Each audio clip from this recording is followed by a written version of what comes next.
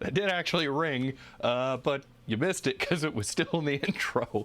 So that's apparently going to be a thing now, I suppose, that I'm going to get phone calls during the intro, huh? Hadn't considered that. Also, I had a fun idea here. Quick note. Today the stream is going to be ending an hour sooner than normal. Not that I actually really have like a specific set end time, but usually I stream for about 4 hours, and there's going to be it's going to be 3 hours today. So interestingly, I set a cron job on my laptop here, which is still hosting the software while I'm working on it, and I'm going to have it ring the phone to end the stream, to let me know to end the stream. It won't ring and then just cut to black, but that'll be kind of fun, being able to do that. You just pause the phone during the intro. That could work. So, hello, DJ Minnow T49, since it's your first time chatting. And hello, Dogface McDoggerson, since it's your first time chatting. Also, thank you for the Prime Sug, Dogface McDoggerson. Question, are circles in the backdrop spinning like all the other shapes? Yes, they are.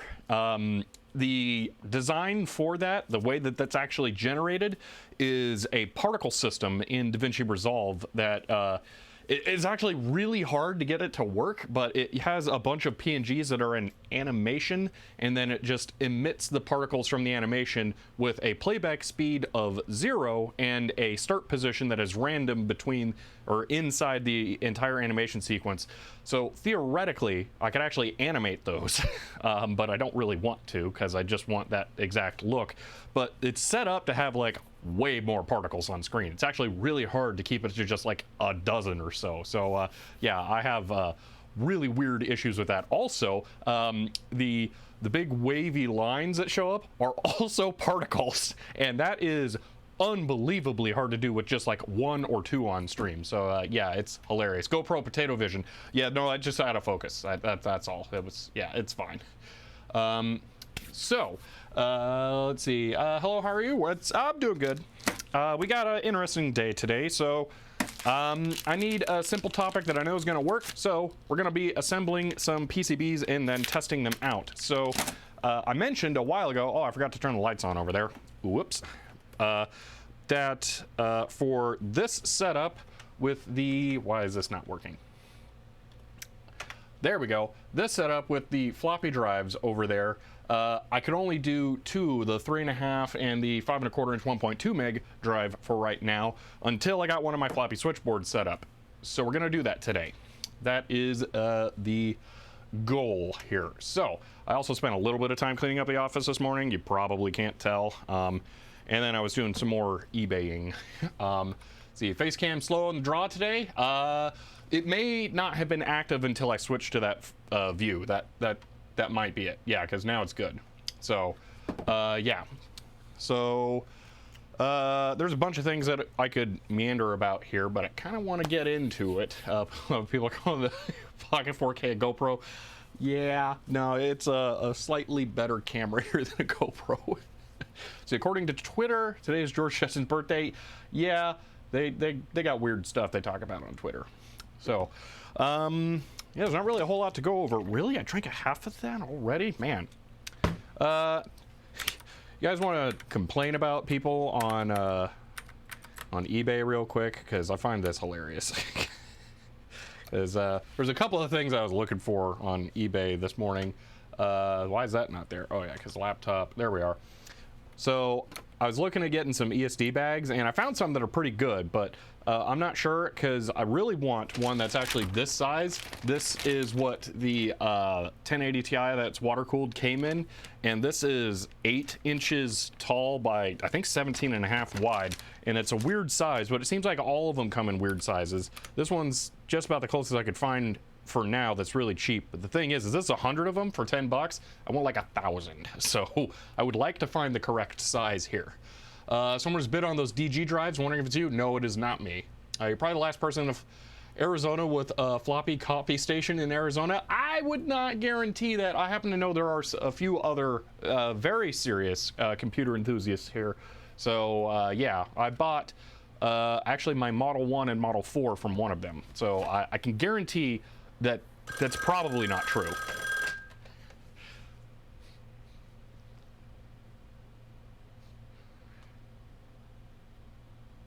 It is on. All right, so I'm thinking about getting these, but I'd like to find a better set. But also, this is like a really weird tangent, but I finally was able to buy a PC game that I've been trying to get for a long time, Drake into the Order of the Flames, and I need to get the PS2 game that goes with it. Not because I'm gonna like do a video or something on it, but I want it because I played the PS2 game a long time ago, and it's I want to say it's really good, but my memory's kind of foggy. So I want to play through this. We actually talked about this at one point in this game. You start flying the dragon, you go to some like Stormy Island place, and you're supposed to look for like a mountain with a cave in it, and then I could never find the cave, and I got sick of the game and stopped playing. But I thought that this was hilarious. There are some of these listings that are really dumb. I don't look at like normal game listings that often. Like if you want Drake and the Ancient Gates on PS2, you can just go buy it. It's so easy compared to like PC games where there's one listing up on eBay. But I thought that there were some hilarious things here. Like one of the ones I was looking at, yeah, this is the thing. They describe it as tested. Like that's their condition rating. They don't say anything else. Tested. Okay, this one's works, but there was one of them that I was looking at, it was like, it just said tested. So it's like, tested doesn't mean it works actually. So yeah, I don't know. I need to, I'll figure out which one of these I'm gonna end up getting here for this. I haven't decided yet, because I need that to go with the actual game. But yeah, I'll shop for ESD bags in a bit here. I'm not sure what exactly the right search terms are, because there's a bunch of different kinds. Like, okay, here's a question.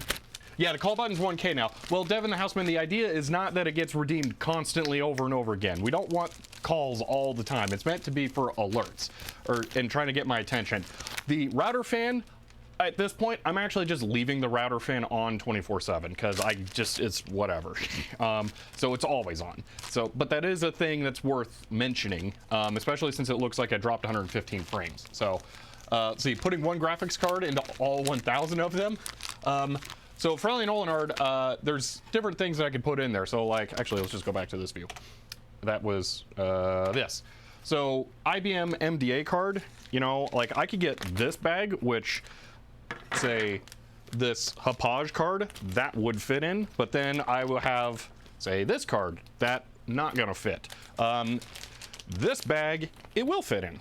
So the idea is more that I would get one bag that I know everything is going to fit in, and the thing is that I will probably get a price break for buying 1,000 of the same bag that will make up for the difference in them not being like optimally sized for everything. So I'm just trying to find a really big one that's the good kind. So that's the idea, is that it'll fit everything, because like I have that, I have multiple RAM cards, I have the modem, weird RF like type F connector, Ethernet card.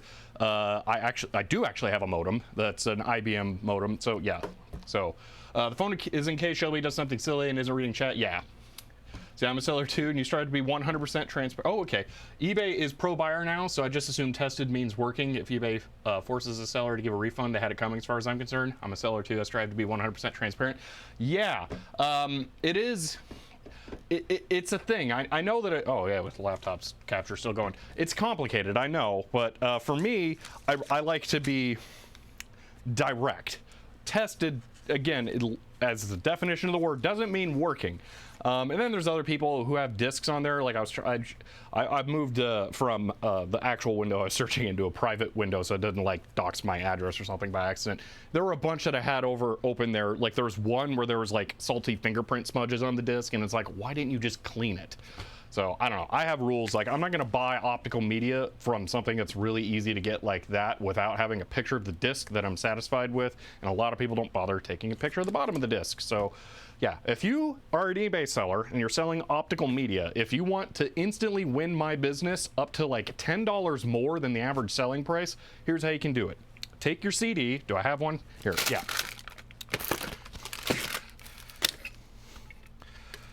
Take your disc, all right? Photograph it with a light reflecting at it at an angle so that you can see all of the disc perfectly. So you'll see it like that. So you see the reflection through the disc. Then you will be able to very easily see any damages, but you do need to focus on the disc itself, not the reflection. So this should actually be focused about right there. Next, take your disc and hold it up to the light like that so you can see through it, because you need to be able to see any damage to the top side data layer.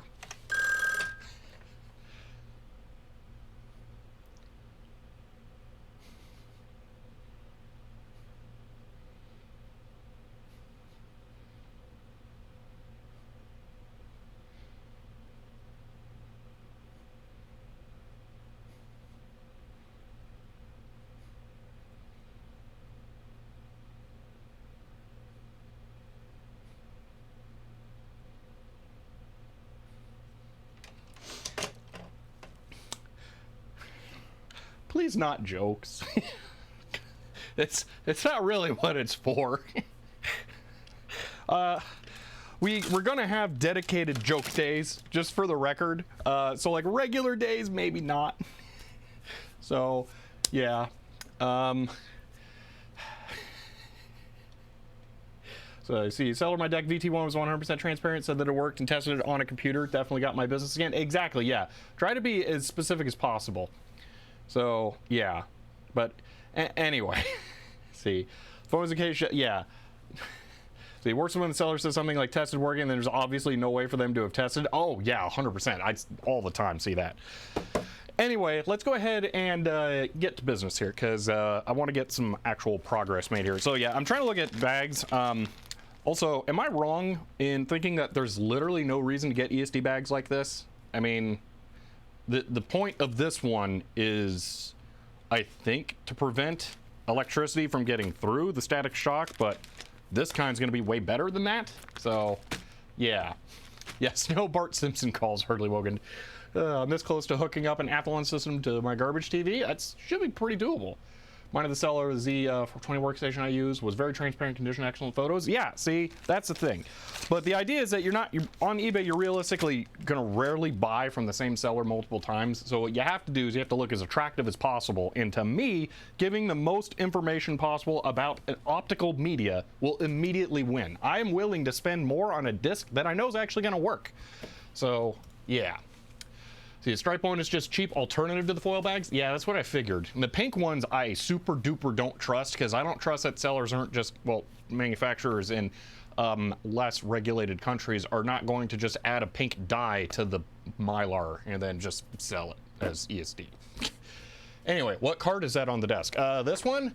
This is Hauppauge ComputerWorks C2011. It's some kind of HDMI AV optical capture card. I'm not sure. I got it in a lot of weird stuff and I haven't tested it, so I don't know a whole lot about it. I think it's TV tuner. So, but I don't know why it has HDMI. It might literally actually be HDMI out for all I know. So, I don't know.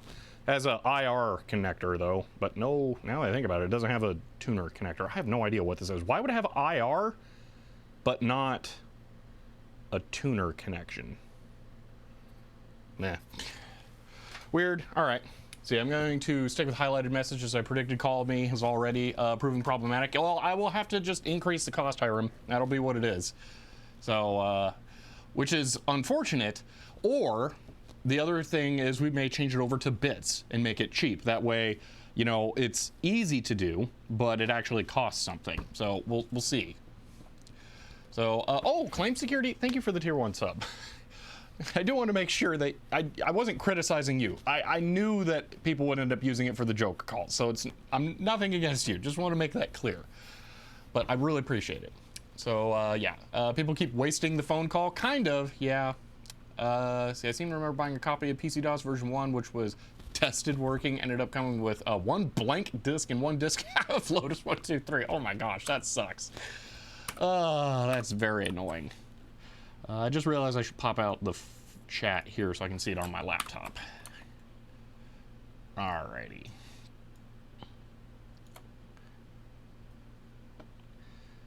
See, if Helen's right, I'll just let you make silly mistakes in silence. What now? Change the description for the call me that has the emergency phone line. You know what? Yeah.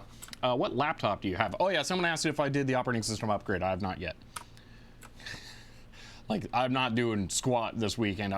This week is way too busy for me to do things like try and break the laptop. What was I doing? Oh yeah, the channel point thing. Beck3K, hello, since it's first time chatting. Yeah, this is an MSI, what is the model number? I should know this. Oh my gosh, now it's gonna bug me. One moment. How do I not know this? I can tell you my HP Pavilion laptop's model number from memory that I first got in like 2009, but I don't remember what this is. MSI laptop.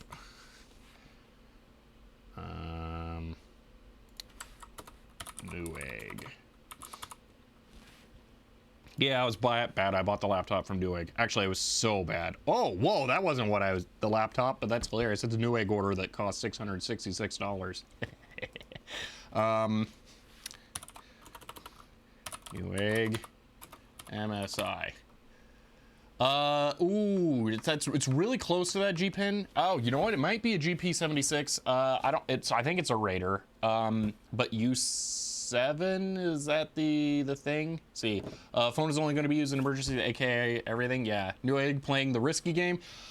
See, here is the thing. All right, I didn't want to buy it from Newegg. I wanted to buy it from Amazon on payments. But then the one on Amazon sold out. So I bought it on Newegg. because it was being clearanced out because the 1200 series. Yeah, what are we doing? We're wasting time, I guess, right now. This is not a just chatting stream. You know what? Never mind. It's a 3080 laptop. There you go. That's what it is. And 4K monitor. So I specifically bought it for editing videos, and I do use it a lot. Soldering stream. Yeah, so let's actually get into that. All right. Yeah. So. Switchboard or switchboard? What's it say on the silk screen? Let's see. Space. Let's look at this. All right. I think I'm gonna have to move over here. Hdmi keyboards are a special kind of unpleasant. That's why I've got this. Yep. All right. Oh yeah, I was gonna edit the redeem notes here. Do.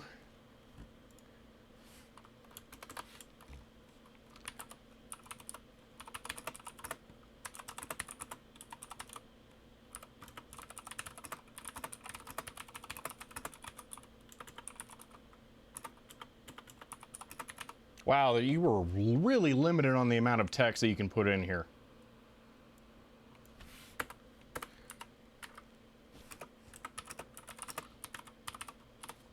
There we go.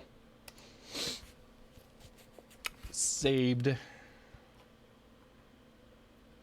Also for giggles, I'm gonna just look at this real quick.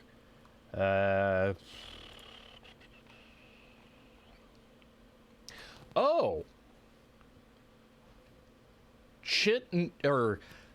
Cheer, not bits, bidding and cheering. There isn't an option in Twitch to set rewards based on that. That's weird. I didn't know that. I guess people always use Streamlabs or something to do that. Huh. All right. Let's see. Let's keep going. Tangents. Yeah. Let's see. Worst keys I've ever felt were mid-2010s ThinkPad. Yeah. Let's see. I'm with you on the chiclet keyboards. They're horrid things. Old laptops definitely had way better keyboards. Yes, they definitely did. Although, how far back do you have to go? Because I would definitely say the Vista era, they were worse than they are now. I have Vista era keyboards that are unstabilized nearly, so the keys wobble around really bad. But this one, it's okay, but I don't really use it that much because I bought the Keychron specifically, so I don't have to. So yeah. Anyway, let's hear. My main problem with mechanical keyboards is the noise. Can't stand clicky when my room is silent.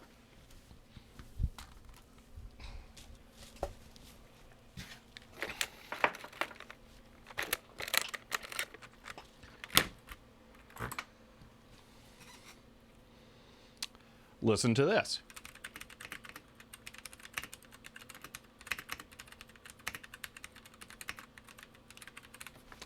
Versus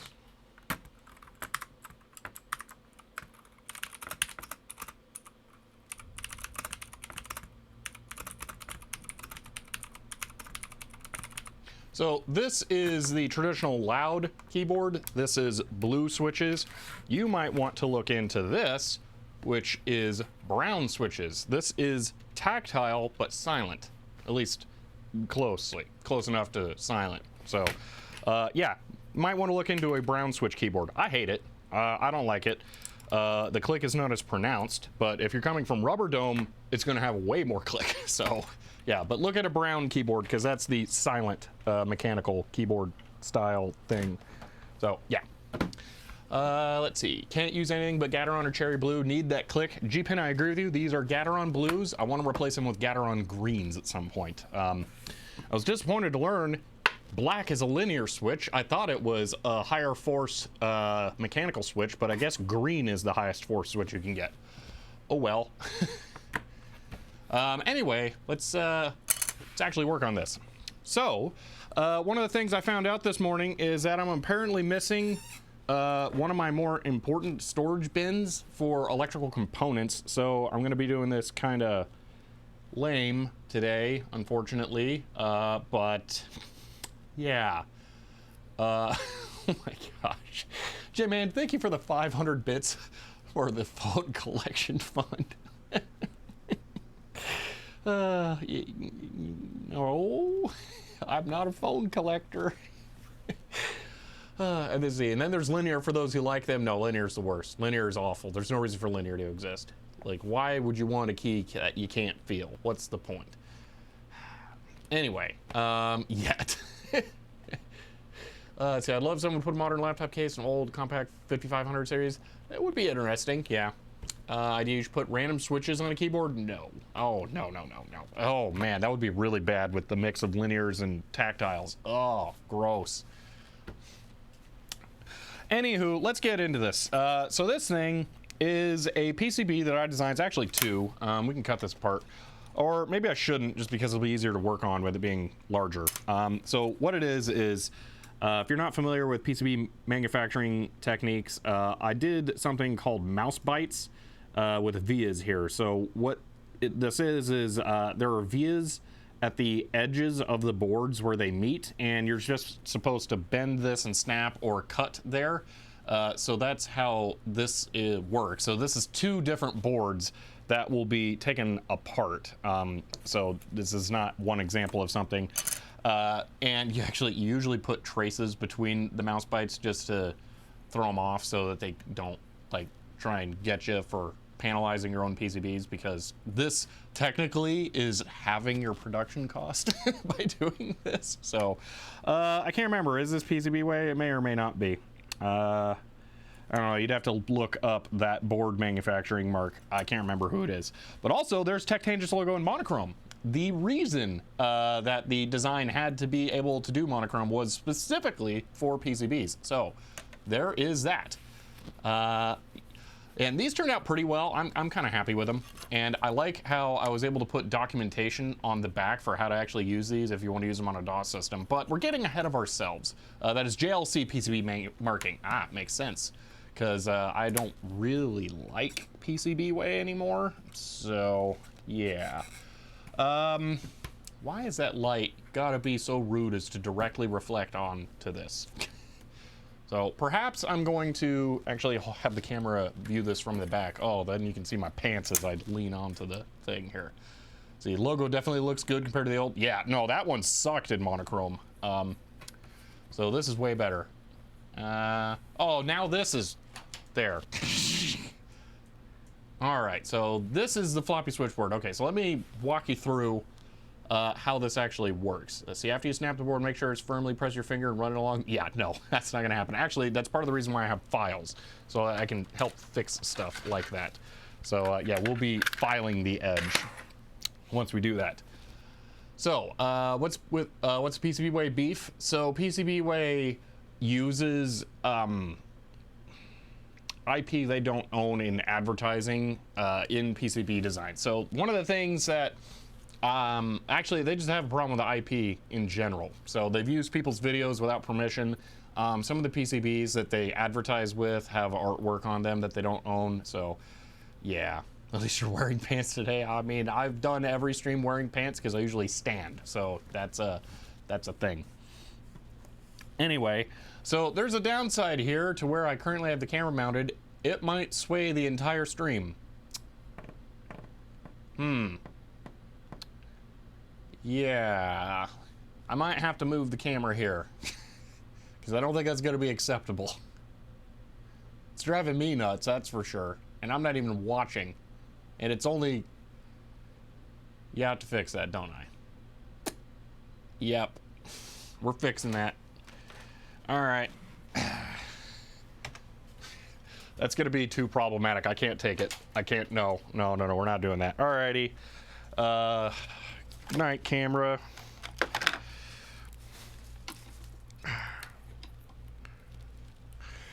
This is why I initially had it connected to the other workbench, so that I could avoid the shaking.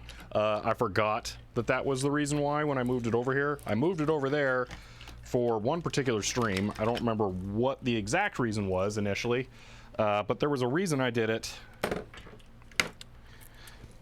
But now that reason is no longer needed, so workbench is already jiggly as your old table. It's not that it's jiggly. Well, it was always jiggly because it's held together with lag bolts that don't actually thread into the wood. So it's jiggly kind of by design, which I'm okay with, because I can very easily disassemble it and move it into or out of places if I need to. That was a big part of it, because I built it at home, but I assembled it here, kind of a different thing. So you make a camera sway with it. Yeah, Amazon returned my monitor stands, canceling it out. Oh, weird. Workbench or jiggly. Gimbal fun starter. Oh no. Gimbal would probably way too much for me to have on this arm. Just saying. I don't think that's technically feasible, let alone like something I want necessarily. So yeah. All right. There we are. It'd be really cool if I had multiple of these Rode mounts, actually. Then I could move the camera around to where it makes the most sense for each stream. Anyway, let's continue. Now reflections won't be as bad. So, already has one, not always must, or cameraman, yeah. I have roof-mounted crane remote for camera. That would be cool, but the Brio mounted up there, just pointed down, and then being able to pan it would help. This time, though, we actually have the Brio over at the computer intentionally, because I should be moving over there to test these. So, yeah. All right, back to this. There's a Princess phone that does not ring, because it's not set up. It would work. It would work fine. Actually, at some point here, I need to open my Bell Atlantic phone, because it may have issues. So, yeah. Let's see, wish list. What was the wish list for? I don't remember. That makes weird sounds. Anyway, so this will unwobble in a little bit, and then it will be fine. Just because it's on a table that's not getting bumped. Actually, that table's so much more stable. Wow. See, second Brio. Oh no, it's not on the list. No, I don't need a second Brio. No, it's fine. Let's see, thinking about building one of those workbenches. I'm pretty happy with it. You've seen me use it. It doesn't move too much. So, Guile 300, thank you for the Prime sub. See, what are you soldering? This. So this is, let me actually go over this thing now. So this is the Floppy Switchboard. This design is on GitHub. I'm probably going to iterate on it before I do a video, because I'm not fully satisfied with this. Excuse me. I kind of threw these mount holes on here last minute as like, oh wait, I'm actually going to need to be able to stick this to something. And I was initially designing this for my test bench, where it really didn't matter, because I have just exposed 2020, no, 40, is it 2020? I don't know, raw extruded aluminum. So I was able to mount it however I wanted, but now I want to redesign this to actually work in a PC case. So I need to figure out some kind of dimension. Jeez.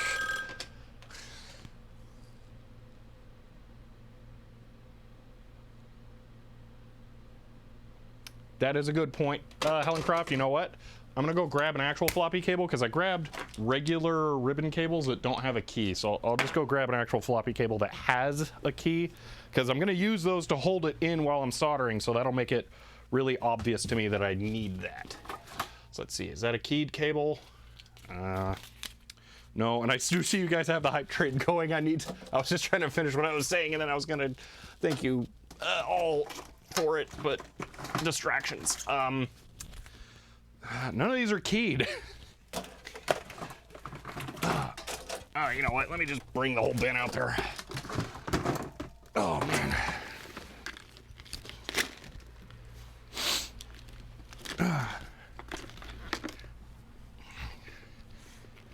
Okay.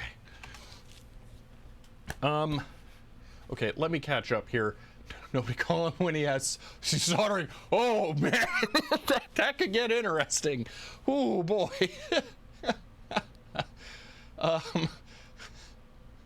Okay. Spies of Mud, thank you for the 100 bits. Just thank you for the sub. And David, thank you for gifting a sub. And K Green, thank you for the 500 bits. See, yeah, you know what I can do? I can turn on the mute for this. Maybe that'll make it better. And maybe I won't fix it, because the fix might be to make it louder.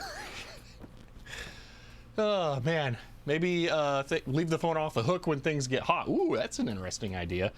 Anyway, let me find a keyed floppy cable here. So, let's look. So this one, not keyed. Yep, not keyed, but let's focus on this. There we are. See, and definitely not well the heat gun. Actually, the heat gun would be fine because it takes a long time for the heat gun to actually do anything. All right. Floppy cable, not keyed. IDE cable, keyed. IDE. Floppy. Well, this one's technically keyed, but that's because it's all card edge. What does this even go to? Is this for a Model 3, 4? I bet it is. Pin 3 and 5? All right, but I have to use a floppy connector to hold it in no matter what. Ah, there we go. Key. So, keyed right there, but it's just one. Is that right? Or is this weird? Now I'm not sure. I would like to find another one. Kind of scary that I only had to click the icon on my bank and it automatically took my money. Yeah. MFM drives? No, I don't think so. See, Chart PC 7000 uses that cable? Really? Weird. Well, I haven't taken mine apart. Huh. I've been 5150. Yeah, the 5150 does, but this isn't long enough for that. Like, it's only that long. Like, that is not even as wide as a drive. So the two, no, it wouldn't do it. Both ends have the key in a different position. Ooh. Well, this one's the same on both ends. So that's weird. Okay, I want to find a slightly more normal cable. See, 1000 EX HX uses card edge for external floppy. Interesting. K Marshall, thank you for the 100 bits. That's IDE. David, thank you for the gifted sub again. No key. Wow, really? How is this hard to find? This is pins to card edge only. Oh, have I ever seen a cable like that? I mean, I've probably seen this one before, but I don't remember it. This is floppy, no key. Wow. IDE.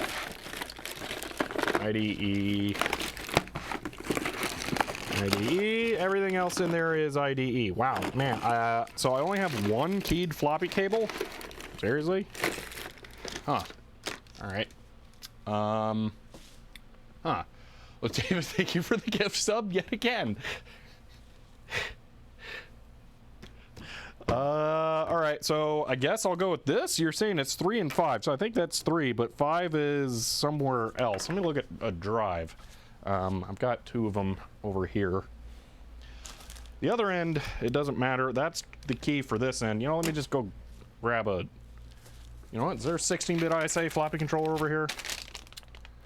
I should be able to find one fairly easily. That would tell me it.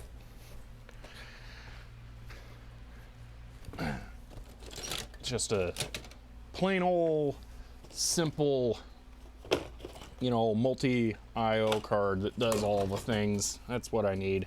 Actually, how about a motherboard? Let's just look at a motherboard.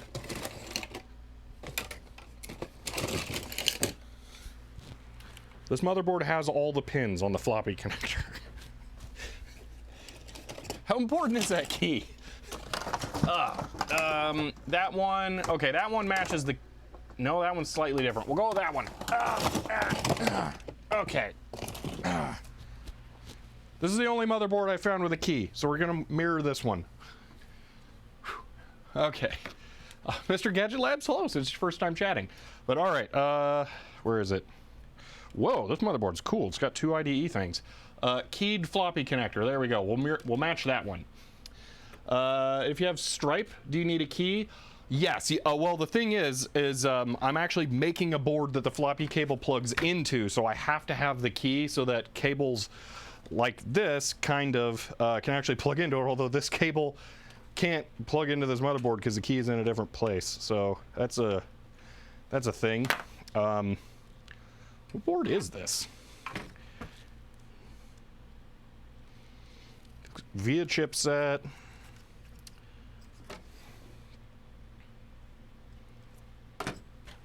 I don't know. Huh. A7 V133? Meh. All right. And we now spend the next 5 minutes just rummaging through boxes to find one thing. Yeah. Oh, generic sweetener. Thank you for the gifted sub. See, older floppy cables are often not keyed. Newer floppy cables are often keyed, so it's good to support keyed cables. Yes, that is the thing. I know that it's important to support keyed cables, especially with IDE more. But card edge, you also really need to support the key. Almost all card edge connectors are keyed. So we'll go with that. Now the thing is, for what? The way that the floppy switchboard is designed, actually getting back to this, for the cable end, or actually, all right, I haven't really finished talking about this thing. Let me finish describing this thing, all right? So looks like case 6 P4 board, possibly. Let's see, I heard him say A7V133, so I'm guessing socket 370 with 133 megahertz bus. That would make sense. It looked Pentium 3 error to me. So, okay, floppy switchboard. Here's what this thing is designed to do. You have your floppy cable, you plug it in to the motherboard, boom, all right, off to there. And you have 2 possible connections for your floppy drive, all right? That you can plug one in here or you can plug one in here, depending on what kind of drive you have, all right? The twist denotes which ID the drive gets. So you're limited to 2, and even though the drive interface actually supports 4, but that's like a different thing. So what this does is this thing plugs in to the cable on a card edge connector, or alternatively, if you add pins there, you could plug it into this part.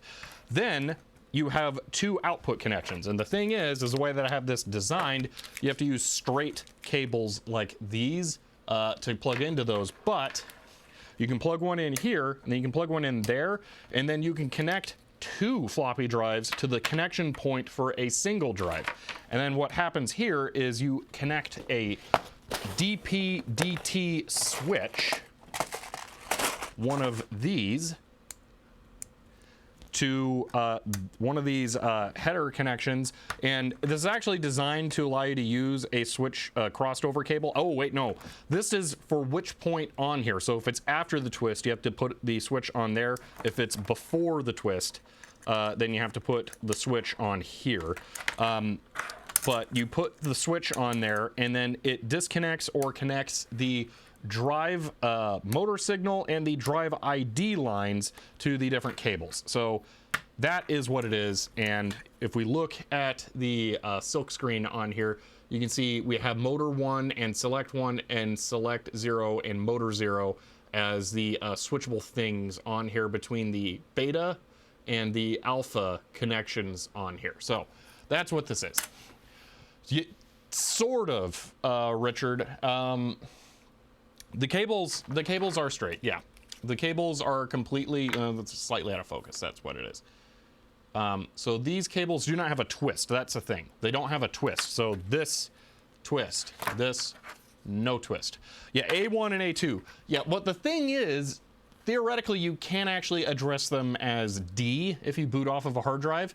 And how you do that is documented on the back of the PCB. There is a very poorly known device driver included with DOS called device.sys, and you can actually use that to add a virtual floppy drive that is mapped to any drive port.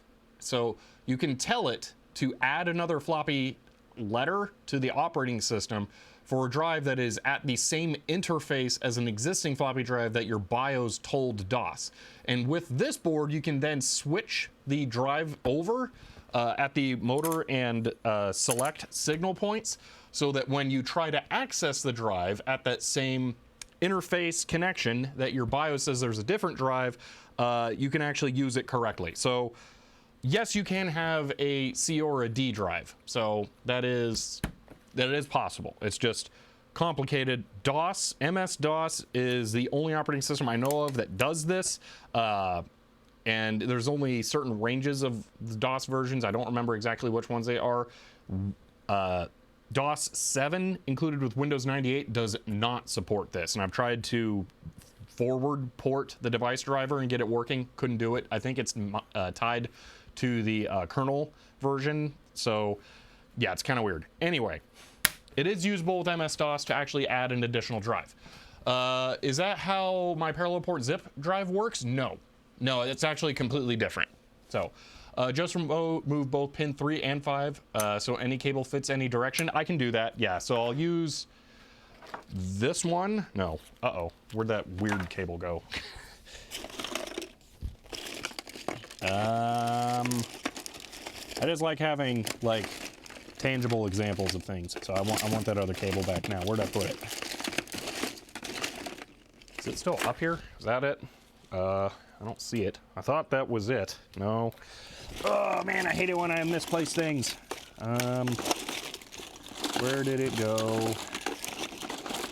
Great. All right, well, I think it's just right next to it, so we'll just do that.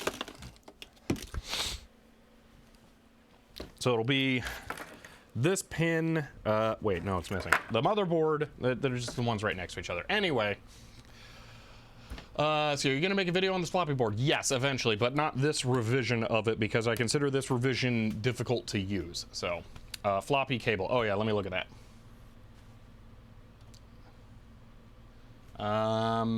Oh, that's interesting. Okay. Huh.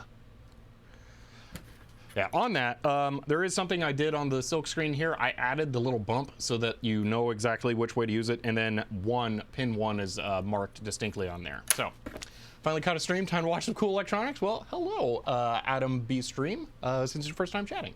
Hope you do enjoy it. Let's see, going on a bit of a tangent here, but do the people who own typewriters, do you use the smooth scroll or ratcheted? Just want to know if I'm not crazy. So, Jout, that's actually not meant to have like a different feel or not. The ratcheted moves it by one line, and then the smooth scroll allows you to move in between lines. So that's the idea, is if you want to add like a weird graphic using the characters and you need finer precision, you can disable the ratchet and then do that. Or if you need to perfectly align a previously printed document so that you can type onto a line, you would use the smooth operation. So yeah. See, at least the first to say it correctly this time. Oh, you're the first person to ever get my name right. Oh, cool. Also, hello, oh man, that one. Joa Sombra 7121 says it's your first time chatting. Let's see. All right, so we're gonna add 2 keyed positions. That one technically is weird, and we only need to remove the one, but I think it doesn't matter. Is that the ground side, Helen Croft? Because one of the things about floppy cables is, so I really need like just a dedicated micro or macro camera angle here. Please focus. You know what? I'll manually focus then. Ooh, zooming is good too. Let's do that. So the top row of vias here are all connected to the ground plane, and that's because, and you can also see that the pins on this side are all connected. It's because one side of the floppy connector is 100% ground, and I'm guessing that's where the keyed pins are, because you mean the other ones were going to be used for signals. So yeah, but yeah, that's the thing. What is the end result of the deck talk yesterday? I have not heard back on the offer I made, and during this stream, if they still don't get back to me, then what I'm gonna do, actually, let's see. You have an offer that expires in less than 2 hours. Yeah, if the offer expires before they get back, I will make another offer at 220. And then if, you know, actually, I think I'll just buy it. We'll just buy it on stream. Yeah, we'll just do that. Let's see. Yes, all ground on the odd pins. Yeah. Let's see. On my Rebenting #1, I can use both for line advance. Yeah, Jout, both are able to do line advance, but the purpose of the smooth one is for fine positioning. That is what it is. As a computer engineer, I find it interesting how people plan their PCB design. What's your process? Do you do breadboards first? So this in particular is mostly a substitute for creating like a custom cable. This just allows you to more easily do stuff. So there are no components that go on here. It's actually all connectors. So it's just an adapter basically. So this one's really simple, but for the other ones, it depends on what it is. So if it's something where it's a really basic circuit, then I'm probably not gonna bother breadboarding it. Or if it's something really complicated, like I've designed a switch mode power supply that has negative voltage rails using buck boost converters and stuff like that for the Coleco Atom. That one, there's no way for me to prototype it on a bedboard. So you just order PCBs, and then if it works, it works. So, yeah. See, the odd pins are all groundless, used on a system that provides power. Yeah. So, yep. See, better to increase the sound of your mobile phone so we can hear the eBay. It's already on max. I have it on max all the time because I don't really care. See, needs a script to ring the desk phone when he gets an eBay notification. Well, I'm pretty close, theoretically, since I already have it set up to do it for cron jobs. So, but yeah, that's the idea. All right, let's get soldering here because we're burning time. We only have 2 hours left now and we've done nothing. So I mentioned at the beginning of this stream when almost no one was here that I'm missing a container, and that container actually has my dual row headers in it. So I'm going to be taking single row headers and stuffing them into the floppy connectors like this so they are held in place while I solder. I'll just be tacking the ends down though so I don't melt the cable, but that's what it is. See, I didn't prototype my custom PCIe card. Yeah, you probably can't do that either. The frequencies are just too fast. So you might experiment with parts of the design on a breadboard with process goes schematics, then PCB. Well, no, it depends. Like I've done PCB design for, I've done prototypes of even more complicated things. Like I've developed breadboardable adapters for SMD parts specifically so that I could prototype them. So, but yeah. So that is a very colorful floppy cable. The thing is, this is not actually a floppy cable. This is just a generic 34-pin ribbon cable off of Amazon. So yeah, that's not floppy. So see, when designing PCBs, you often lay out the components first in proximal location, then experimenting with how the traces are laid out. Yeah, that's definitely a way to do it. This is about as physically small as it can be before it becomes a problem, just because of the size of the connectors. So this one, I kind of put everything, I put the connectors down, and then I shrunk the PCB around it as much as possible. So this is technically an RGB cable, yes. Rainbow ribbon cables were much more of a thing in the past. I could go get you a cable like this that's made for serial, where there are individual twisted pairs that go through it, and those are bananas to see. People had way too much time back then for making cables. Although it's not like, actually I have down here, you want to see what an HDMI cable looks like? Because we're just totally on topic here now. The inside of HDMI cables are insane. There's a bunch of shielded twisted pairs that go all sorts of different ways. So individual shielded pairs for HDMI cables, these are nuts. But yeah, I do have the twisted ribbon rainbow cables as well. So anyway, let's do some soldering. You get the iron over here, make sure cable's not tangled up on anything.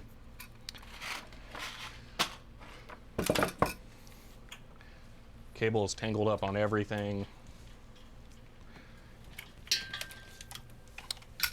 There's that. Where's my good solder? Boom.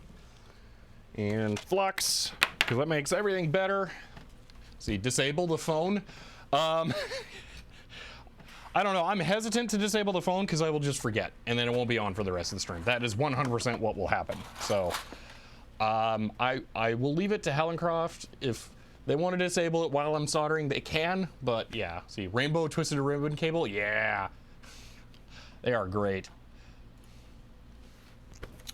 Okay, I'm at the point now. Ooh, I do have water actually. See, make the phone mods only. Well, oh, actually, I don't think you can do something like that. If there is a way, I would be super down for having that redeem be mod, or making a second redeem that's mods only, because that would be really handy. So, fun thing, soldering iron has a sponge, and this is the best way to clean your tip. So I'm going to use the pitcher of water that is totally not the same pitcher of water from when I built the streaming computer that I forgot to drain and dump and all, you know, all that stuff. It's definitely a different pitcher of water here. But there we go. That's the best way to clean the tip of your iron.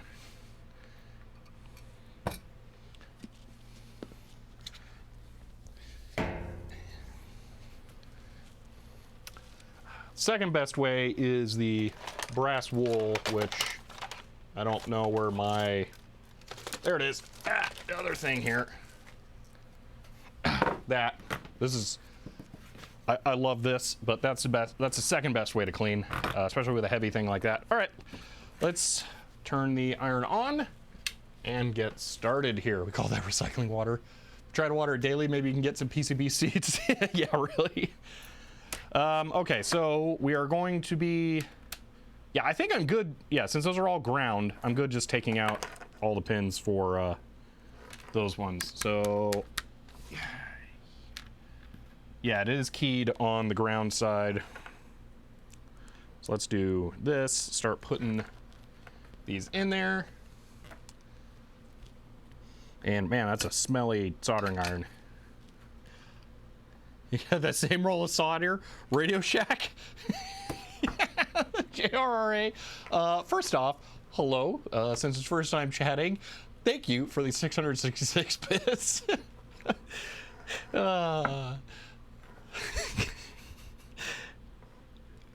All right. So, let's see. I would buy the Chia Pet. Oh, man. So there's that. And then this.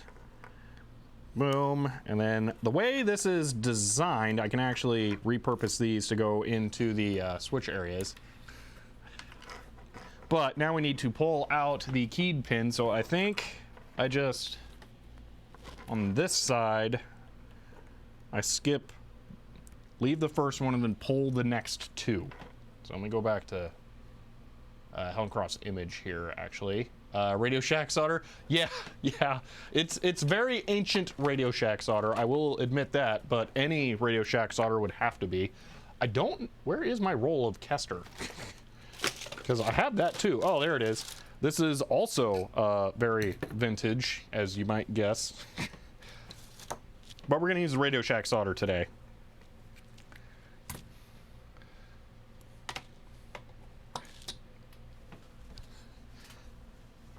The top right pins is how you have the PCB now. Yeah, so it'd be, I can just, you know what, I'll just dot the PCB with a Sharpie to where to remove the pins. So it'd be here, and here, and there, and there, and there, and there, and there, and there. Okay. Is it old enough to be leaded? Well, you can still buy leaded solder. It's not illegal. Both of these are leaded. This is 6040 rated right there. And then the other one is actually, I believe, 6733. 6644. So that one's slightly more lead. This is some bender lead. You'll notice that that does not add up to 100. Let's see, my soldering iron wasn't melting the solder very much, even though I had a temp around 100 degrees above recommended. Found out my soldering iron tip had come loose. Yeah, so for me, what will happen is the tip will just go bad when that starts happening. So, see, I bought my last roll of Radio Shack solder. It's probably around the same time. Actually, mine's older than that. Mine is definitely older than that. I don't know if it has a copyright date on it.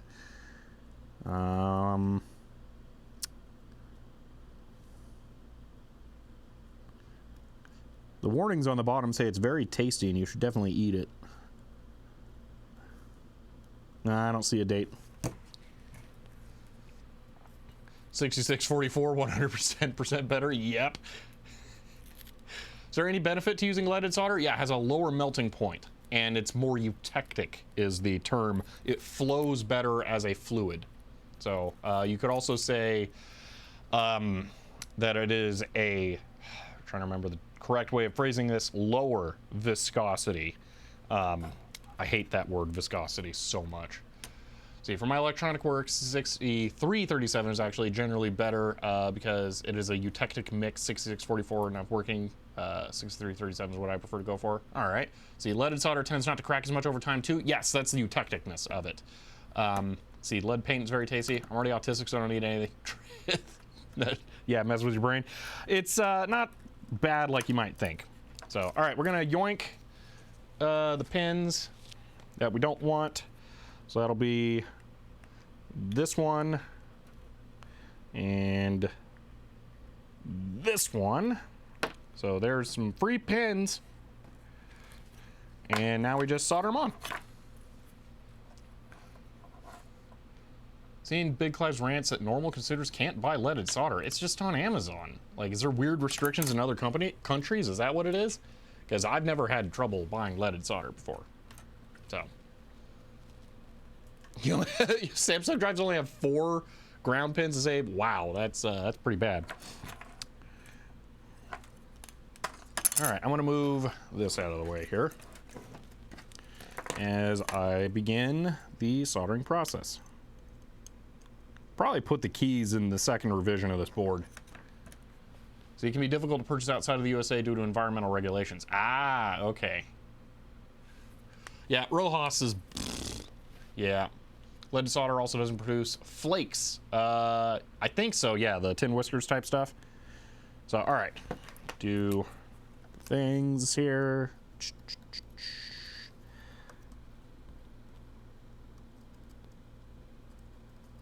It might be getting to be flux time soon here. There we go. Now it's actually coming out.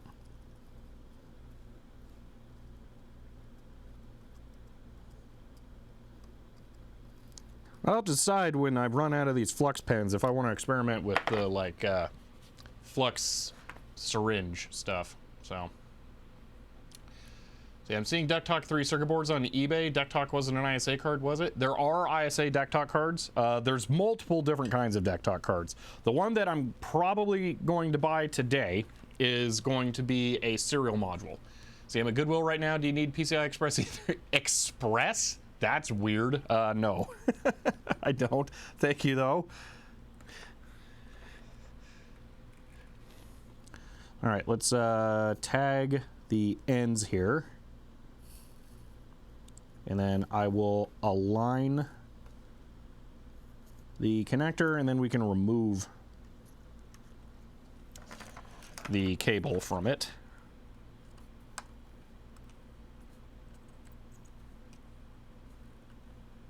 That went non-optimally, but that'll work. All right, remove this so it doesn't melt.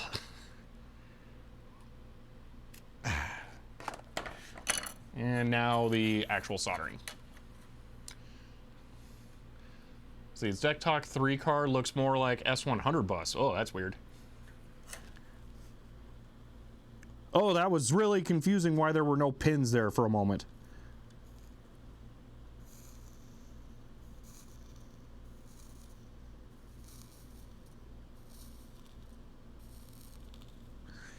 You know, it'll be really cool once I get my new modem, because I'll get my fume extractor back. I look forward to that.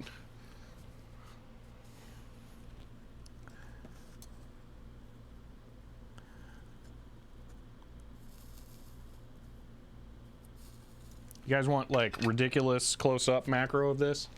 I figure why not? Let's just do it.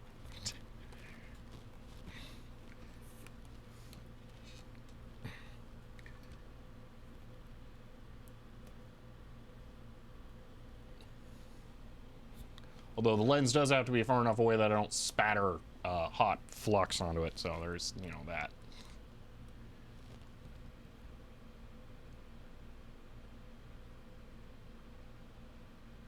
There we are.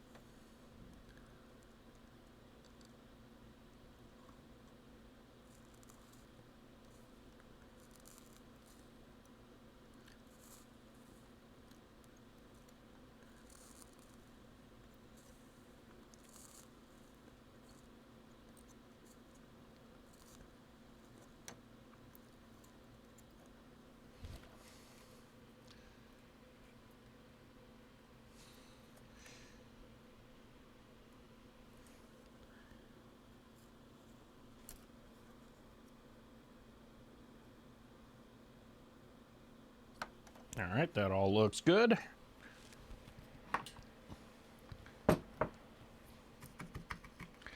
See, have you seen the anvil floating in Mercury? Oh, I have seen that actually. Yeah, Mercury is weird.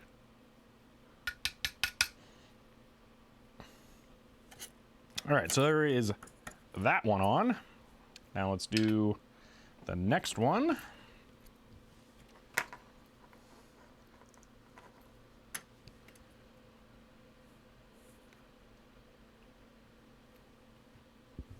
Are solder bolt clones compared to the real thing? I'd spring for the real one. It makes a huge difference. Absolutely get the real one.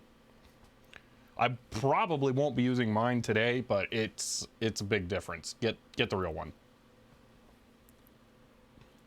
You can also get parts to service your real one, and the other ones are probably designed to just be thrown away, so that's a consideration as well.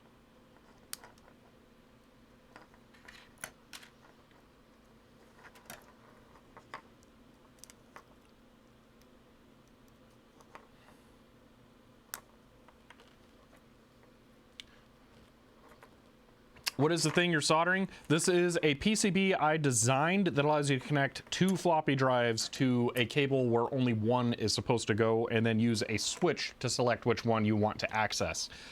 This is most useful for floppy disk imaging, but it's also useful for... I want to come check something here really quick. It's also useful for connecting to a PC that you want to have one of each of the 3 different kinds of floppy drives in.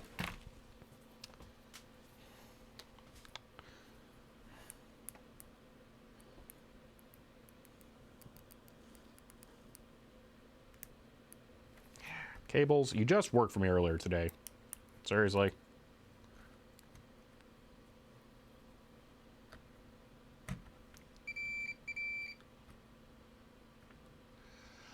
So I'm not selling them yet. This revision I consider too prototypey to actually put out there. So once I redesign this, I may. I'm also a little not... The PC Junior stuff that I sold, which is where the switch I actually am going to be using today came from, my supply of that stuff. It was a lot of work for not a lot of return. So, I don't know, I gotta think about it. Because I don't like charging too much for these things, and I open source the design. So I guess I could charge whatever makes sense to make me actually want to do it, and then just say it's open source. If you want to make one, go make one. But the time investment versus buying all of the parts and things and managing inventory and sending out to different countries and getting problems and sending replacements and all that stuff, it's a big hassle to go through when I'm also a YouTuber and, you know, other things going on in my life. So it's like a whole thing. Yeah. So I don't know. I really can't say if I will or won't. I didn't pull the pins out yet. I was verifying that that was the correct place to remove the pins from. So, is there a cafe price-like company for circuit boards? Osh Park? Well, okay, so here's the thing. You can get boards assembled, but the thing that killed... So, I don't know if you saw these videos, JJ, but I made a kit set for IBM PC Juniors, and what it would require is taking one of these 3D printed pieces, taking a button and pushing the button through here, and then taking a switch, pushing the switch through here, and then I would have to solder multiple sets of cables that go over to the PCB through this, and I can't find those parts available for just purchase to include in the kit, so it ends up being a lot of manually cutting wires and soldering them, and that's the part that really kills on time. The PCBs you can get ordered pre-assembled, it just costs slightly more, but the cabled buttons and switches and stuff I can't find. So that's the real killer of time. Second revision PC Junior, which I do plan on doing, will actually just be full length of the original power supply, and you'll just solder the connector straight onto there, so it'll be way easier to manufacture. So but I am considering switching from... I was using PayPal directly for selling the ATX PC Junior kits before. I'm considering switching to, what was it, Shopify, because they just added direct YouTube integration to Shopify, which means that I could advertise the video like, hey, these are done. You could just go through the image at the bottom of the page on this video and just order it through there. Plus, then I don't have to run a website, manage inventory and things like that. It'll just all be handled. So these are JLC PCB. Pretty much all the board manufacturers offer assembly services. So you can do that. Yeah. You can do it with almost anyone. So, yeah. All right, let's remove the key pins here. Whoop. All right. There we are. So this is an example of something, though, where it would be really difficult to get it custom ordered if I wanted these key pins removed. So it might be where I order them with just regular dual row headers, and then I have to remove the key pins. So there's things like that, too, that complicate stuff. Also, I think the part that I'm actually out of, yeah. So the other thing about the ATX PC Junior kits, I don't know if I don't think I have any left at all. The thing that really killed on those is I was trying to keep the kit cosmetically identical to the original PC Junior power supply, and I had a switch that's similar to this that was a rocker switch instead. So that's the kind of power supply on-off switch for the system that was on the PC Junior, and that switch was $5 for just the switch, and I was trying to sell the kits for $7. Or no, it was $12. So I was making $7 profit off of, well, profit. That was the retail price was 12, and then $7 would be for all the other parts and the PCBs and my time. It was really bad. So I don't know. I didn't want them to be too expensive though. So anyway, back to this project. If you are into SMD soldering. Bean counter, yeah, that thing does look interesting. On that note, the crowd supply, I saw that website.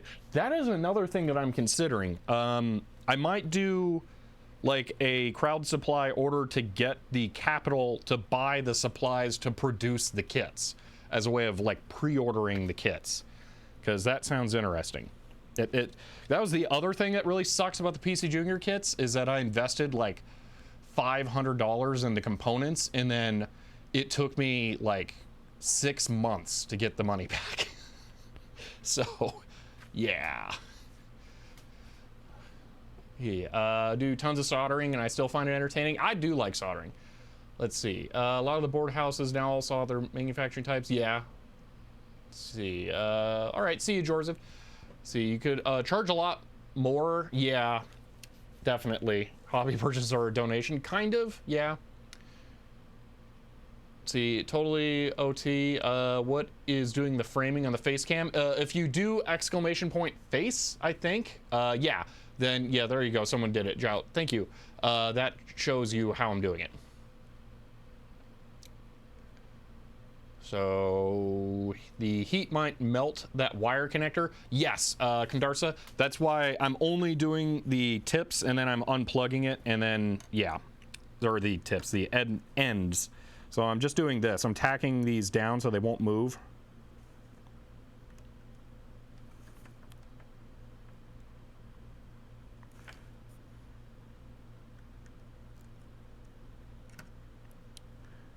And then I'm removing the cable. So, add optional donation checkbox. That, I don't know. That I'm not thrilled about. I do think that some people may have ordered multiple as a way of doing that before, which kind of doesn't help because the profit margin was so bad. It actually, see, the thing is, I'm saying it hurts when people order more than one. That tells me there's just a bad price all around. See, never had a connector melt if you solder fast enough. That I think I have had them melt. It's, yeah, I don't know. There's just different ways you can do things, but I stabilizing the pins and then getting them soldered down is my preferred way. So.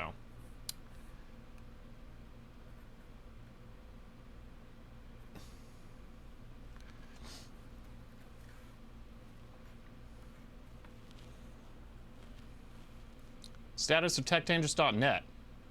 Use HTTPS. The certificate may have expired as well. So you just have to accept it and move along. But basically, I forgot it exists since I moved. So, yeah, I haven't updated it since then. Like, I'm not even sure, does it point to the Twitch channel?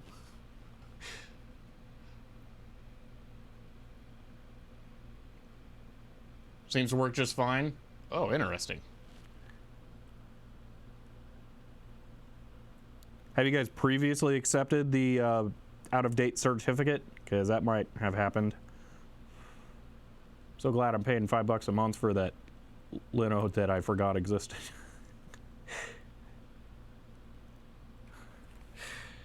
But really, it's dirt cheap, so it's not a problem.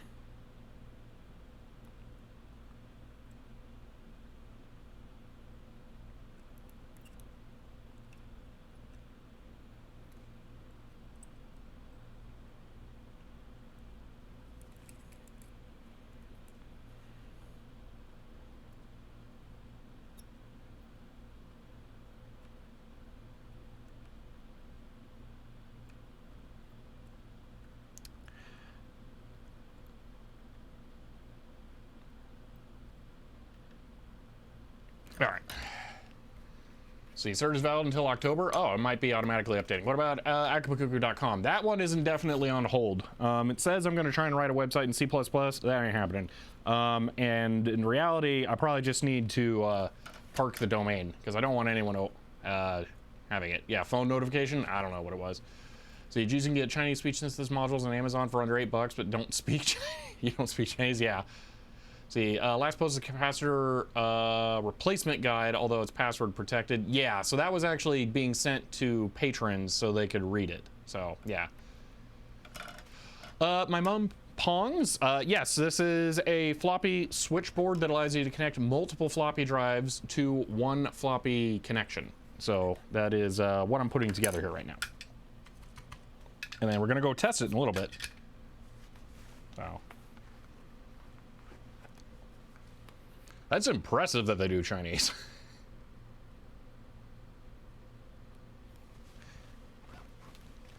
See, hello, Johnny DePel. Code. Oh, yeah. That will actually... Oh, that's hilarious. Okay, that's the wrong thing. I forgot. That should... Yeah, GitHub is kind of better. I could theoretically update the code to point to this repository, though. Nightbot and GitHub.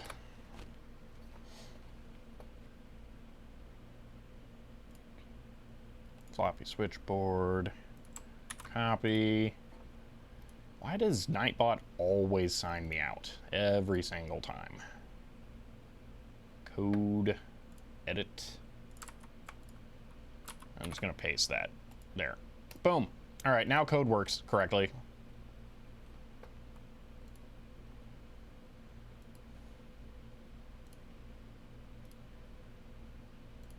All right.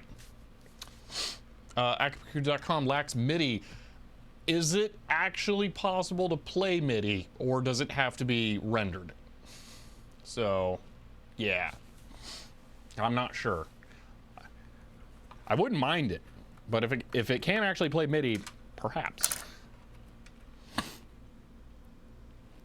So I'm going to reference my test bench here really quick. Actually, you know what? No, we have enough. I'm just going to put them on all of them. I was going to say, I don't know which one this actually goes on for the most common use case, but we're going to have enough of these to put them on both. Kind of convenient.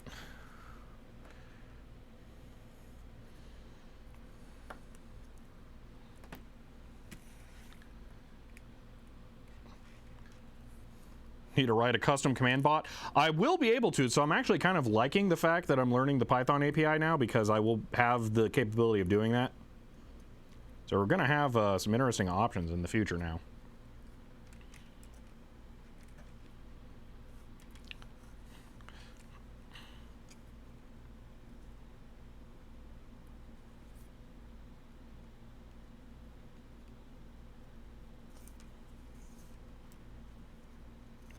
All right, my plan for this is failing. use this to hold them in place.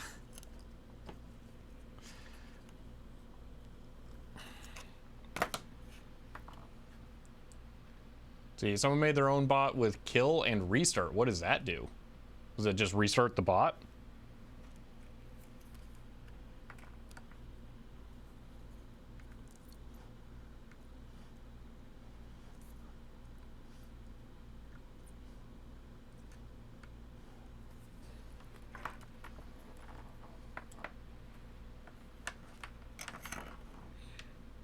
Oh, thank you for getting that, my mong pongs.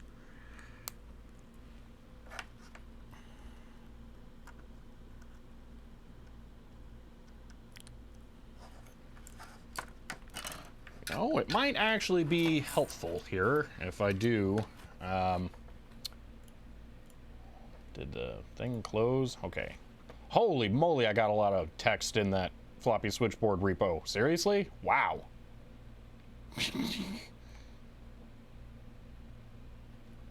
All right. Well, that's extremely descriptive.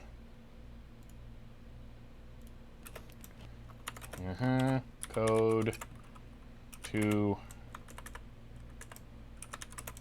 learn about the PCB.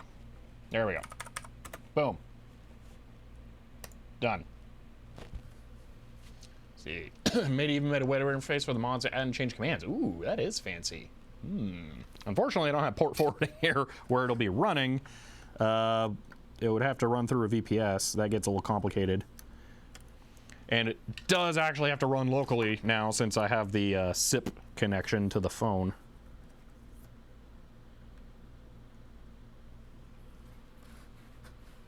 I'm totally flubbing keeping this in frame here.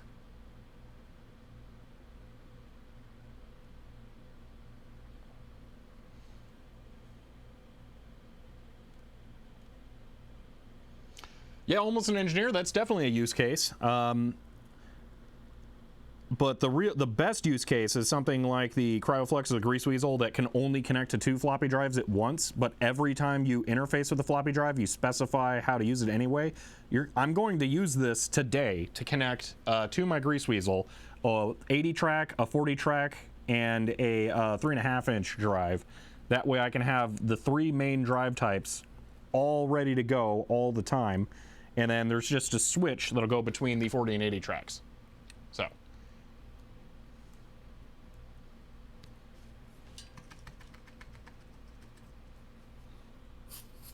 Yeah, it'll be super handy. You can do the same thing on PC, and actually, it should be documented in the repo somewhat. I can't remember if I did a good enough job. Okay, it's not documented in the repo.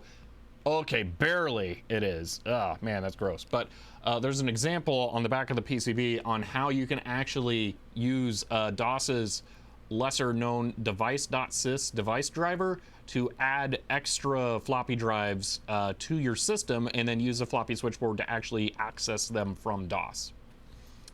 So not only is it useful for hardware disk imaging, you can use it in standard PC operating systems as well. Well, just DOS. But Windows 98 can't even use it. But that's like, edge case. All right, well, that's one of them done. We're going to do the second one now. I don't add this. This is purely optional. It was just like a little bit of space to add that. Because the reality is, you probably don't need to connect 3.5-inch floppy drives unless you're doing something weird like using them for music or something, in which case you're probably just going to directly control the motors anyway. So there's really not a whole lot of use case to have that. Plus, then you'd have to have a either, well, the female connector sticking out. No, male connector. And it's just less useful. So I figure most people are going to use this for connecting multiple 5.25-inch drives. So you probably have 5.25-inch connector. So it's cheaper and easier, just allow you to plug it directly into a cable like that rather than add the headers to plug in that. So not going to bother populating that. We can move on to the second one. So you just get the Monster FDC. That will work for DOS, but that doesn't solve the Grease Weasel. So let's see. Sounds like a dumb restriction to have in the first place. For the floppy drives, well, yes, it is. There's multiple historical reasons that the floppy drives are kind of dumb. I'm not 100% sure that all of them are even accurate, actually. It's a whole thing.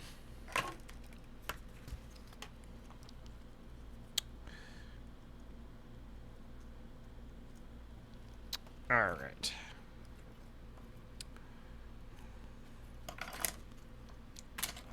Let's yoink some pins for the key. Boom. Boom. And get it tacked down. Glad my soldering iron hasn't shut off yet.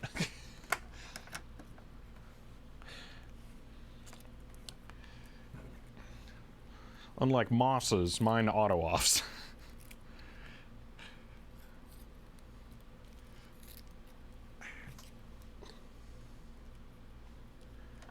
Man, I'm so good at covering up the chat on here so I can't see it.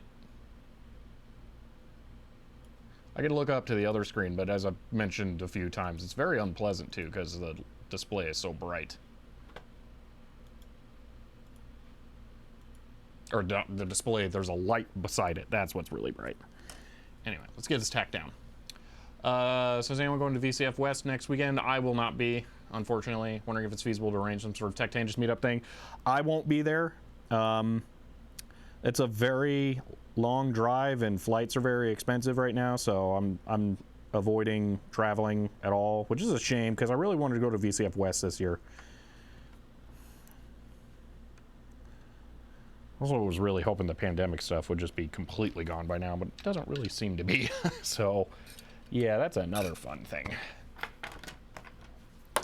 See, you're good at filtering out the noise. I'm not sure what you mean. Let's see.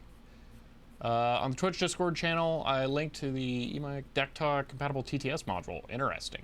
So if that's pure software, that's not what I'm looking for. I want actual hardware. To me, it's only fun and cool if it's actual hardware. So you take the train to go anywhere in Europe. Yeah, that's not an option here.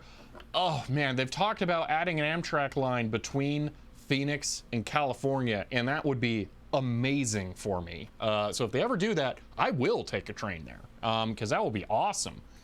So yeah. Ah, the noise of chat. Ah.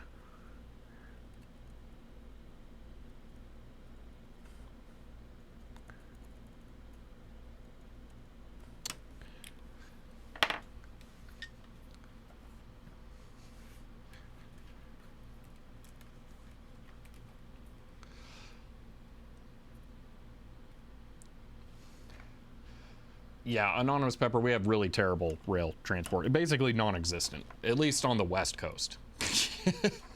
I think it may almost literally be non-existent for anything other than freight on the West Coast. So.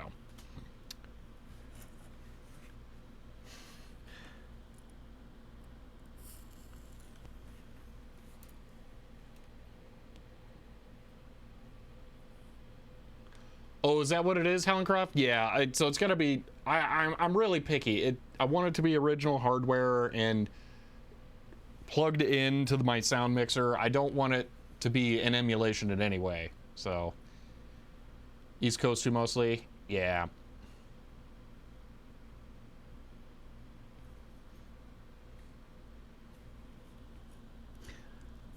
Yeah, Spies of Mud, same for me, unfortunately. It's just, yeah, it didn't work out. I needed to plan sooner because they would like to know if I'm going to be there. Because, oddly, I'm a personality, I guess.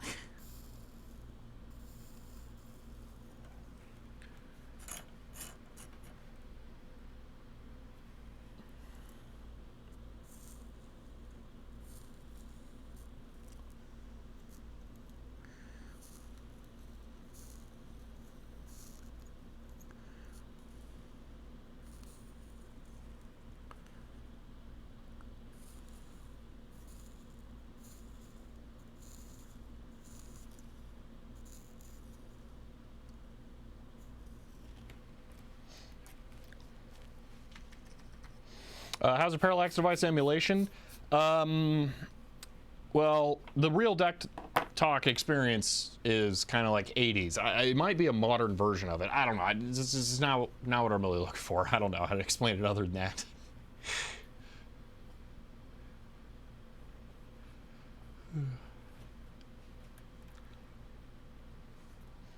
Tater's game, the problem is that it is not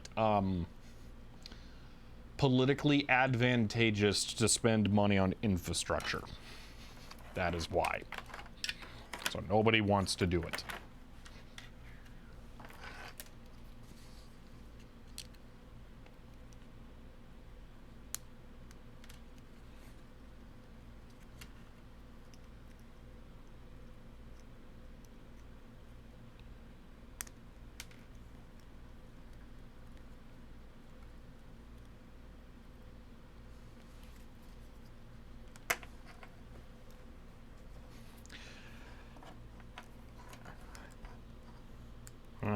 Okay, so I need to pull this one and this one.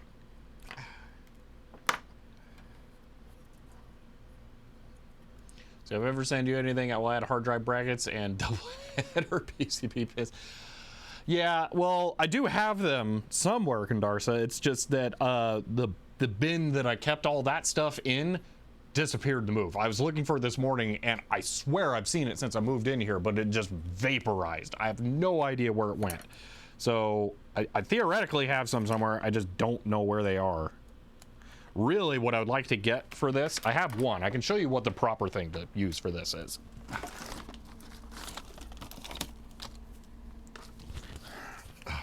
This is only 26 pin. But one of these is the correct thing to use. This is a box header that has the surround that goes around the connector. So that's what you should use. But I would like to have that. Yeah. Oh, Leo82309, thank you for the Prime sub.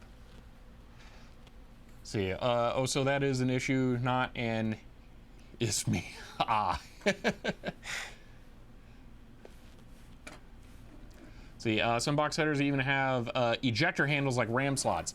I have seen that. I bet they are very expensive because they're too cool. But yeah, there are definitely some nice ones. I would just like to have them with the tab key, because the tab key is kind of weird. So that would just be my main thing.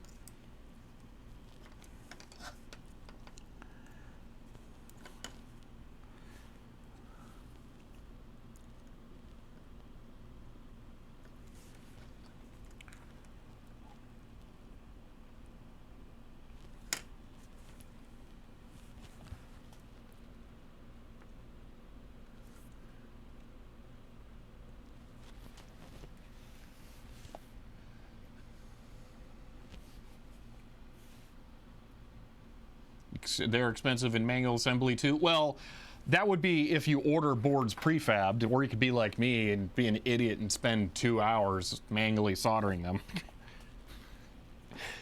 I like how some of these I've bothered to put flux on and others I haven't, and it really doesn't make a difference at all. This is rosin core solder, so it's already got flux in it. Oh, I didn't unplug the cable. Let's do that.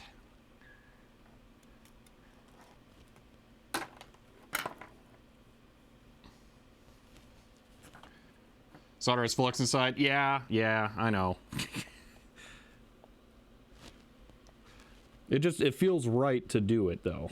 I don't know.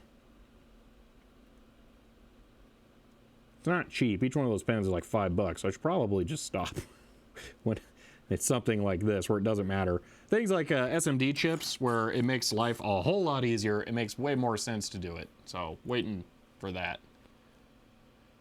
So yeah, I always forget to account for the added size of connector shrouds. Yeah, that's where having 3D models on your board can really be a lifesaver. So yeah, I also like to have extra silkscreen, like I said, for the tab right there. I try to add extra silkscreen around the connector so that I can visualize where stuff's gonna be. So like even up here, I added extra depth, this line right there.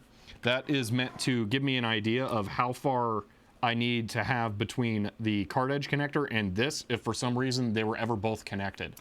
So, yeah. But definitely, it helps to really overthink your design sometimes for things like that.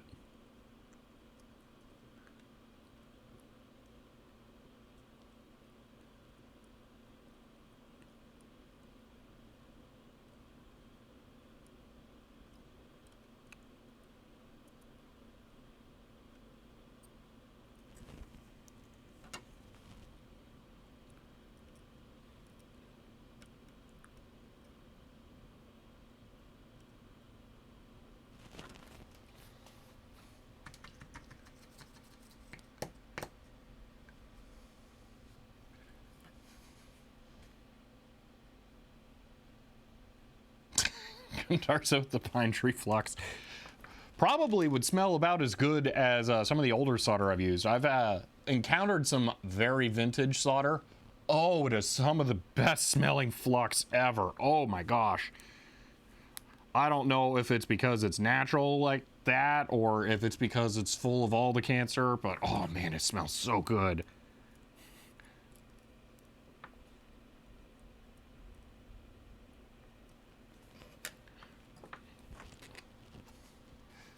Pine tree scent? Yeah.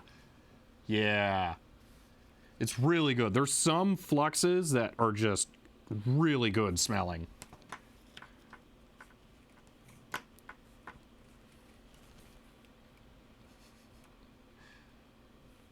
Just $6. So this would be a $12 board to assemble.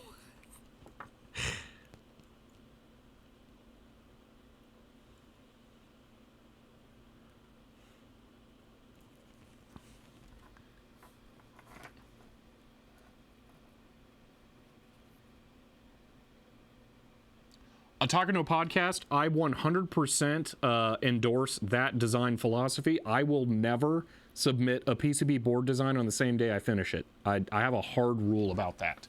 I always... The phone? Oh, no.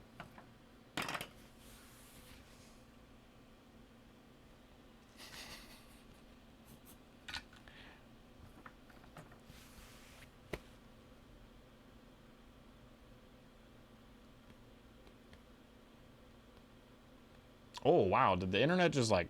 No, that doesn't make sense. Why?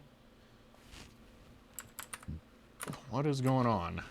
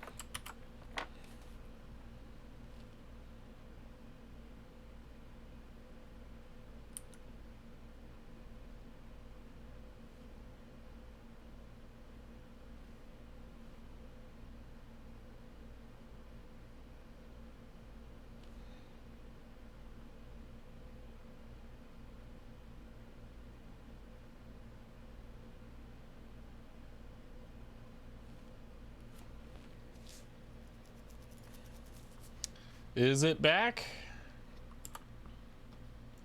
He's back? Alrighty. So for the record, someone was asking, why is it not on, why am I not on Cox Cable? Let me just, oh, that's right. You have to give them like an address and stuff. Cox Cable was like $240 a month to get the same, to get slower internet than what I get with this, which is $50 a month. All right. So yeah. Can you please start the whole show again? Yeah. Yeah, it was ridiculously overpriced. So the question, did the phone ring? The phone did not ring. So someone, was the redeem disabled? Because I might have to refund that. Tried, but it errored out. Well, someone did do it 4 minutes ago now. It did not ring. It's possible that my thing didn't do it. So I'm going to refund your channel points, maybe. Can I figure out how to do this? Manage reward requests. Okay. Enter it down. Yeah, so I don't think it worked. It didn't. No, not for you, Brian.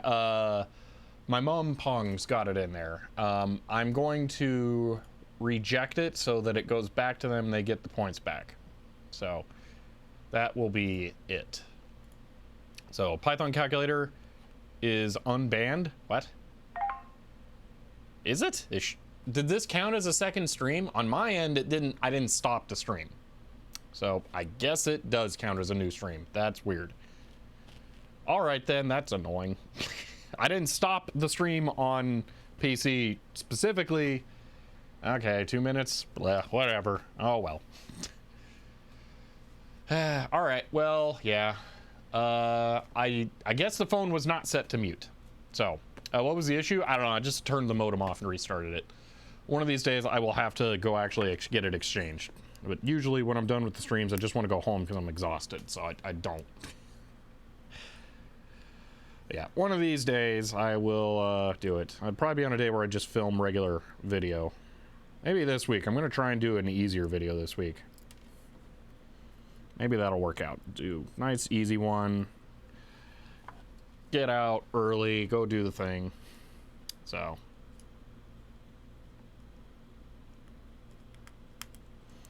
Anyway, we're soldering on the last thing now. Oh, wait. No, I'm not done because I still got to make stupid cables. That's right. Annoying cables. The other annoying thing is that I need 6 conductor cables. Don't have any. They're apparently really hard to find. So I don't have that. I'm going to be using 4 conductor cable and then just splitting it in half. And thankfully, since I'm making 2 of these at once here, it will be easy to use all of the resources fully. It didn't just start dropping frames. Okay, no. All right. See, 6P ribbon, not that hard to find. I don't want it to be ribbon. That's part of it. I just want it to be a regular cable with PVC insulation, not a ribbon. See, 4 pins easy because USB. 2 pin easy because audio. 6 pin, there's no standard that needs 6 pins, so there are not as many cables like that. There's no standard that needs 6 pins that I'm aware of. So, when our 12-pin box header is almost unobtainium, yeah. See, there's things like that that's just difficult to get. Just use them Cat 5. Well, I need it. I would need stranded Cat 5. That's the thing. Not solid core. All of mine is solid core. So I'd have to go out of my way to buy stranded Cat 5. And that sounds expensive.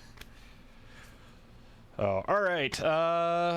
The other not ideal thing I'm about to do here is I might solder on.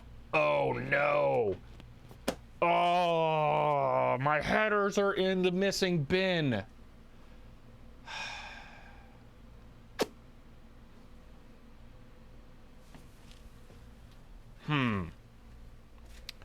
Do I have the awful, really frustrating to make Dupont connectors available?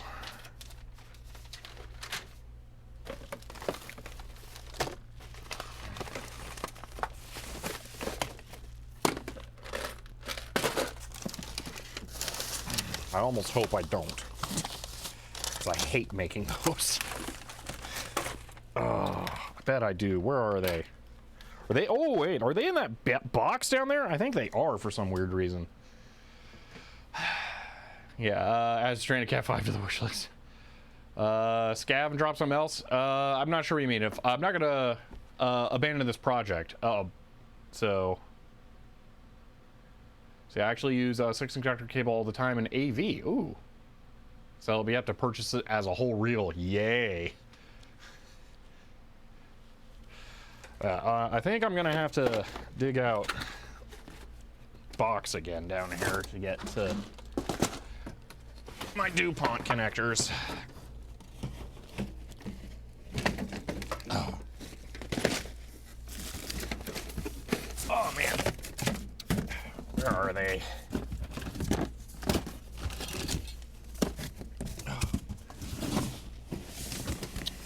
Oh. Oh.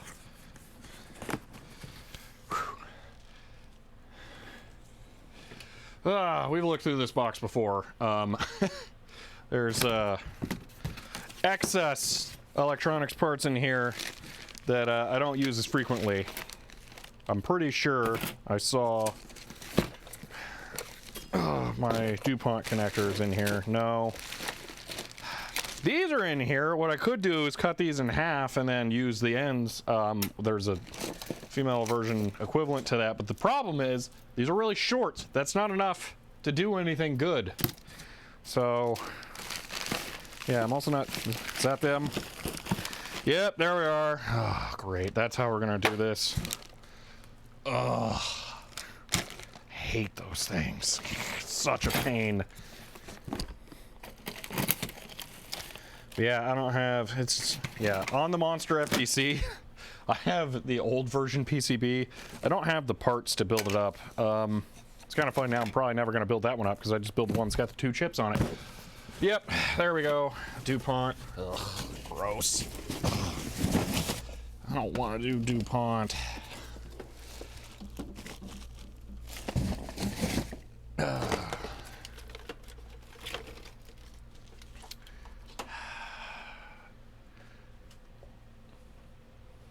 All right. Ugh. Let's do this.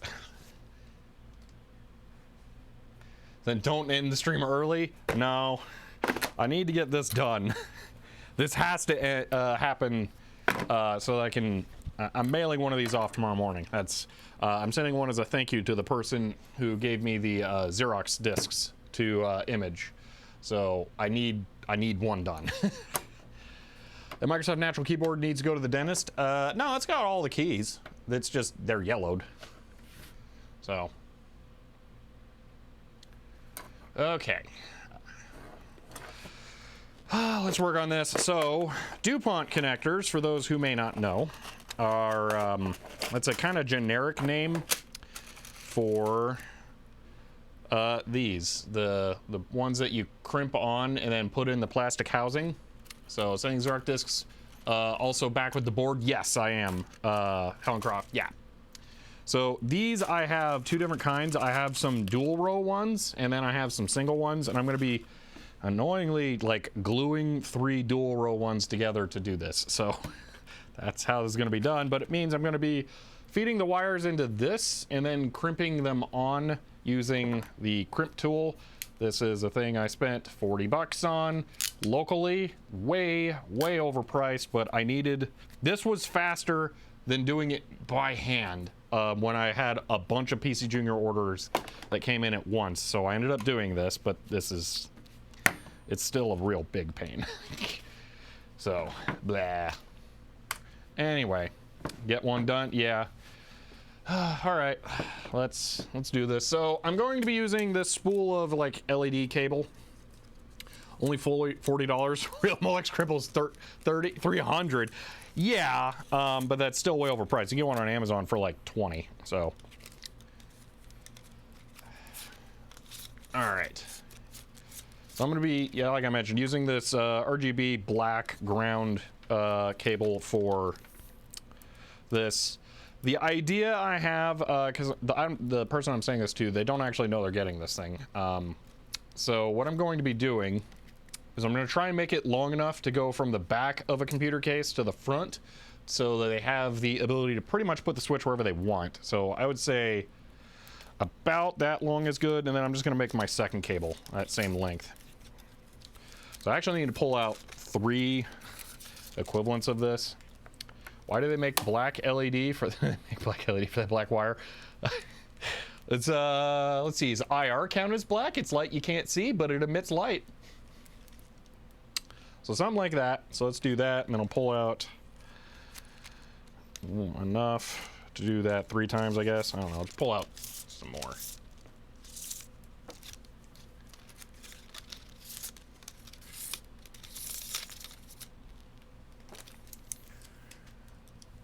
So fold it over 3 times. That'll be the length.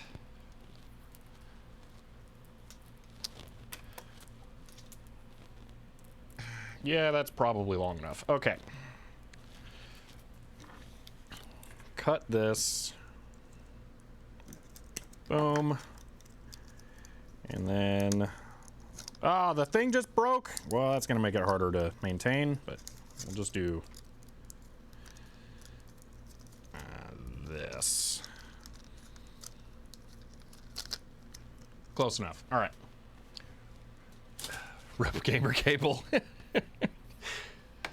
Alrighty. It's fun when industrial motherboards hit $1,500 is crazy.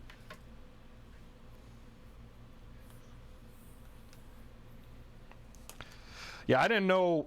There's probably a real name for the Dupont connectors. Dupont just seems to be what the industry has settled on as the generic term, which is kind of hilarious. It's kind of like Molex connector is the power supply one, but it's a manufacturer name, not a part name.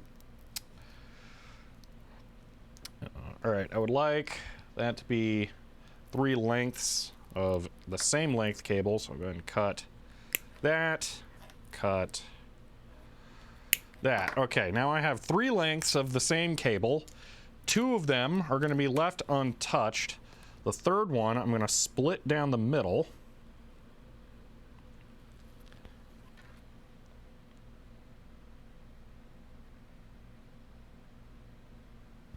Hold on.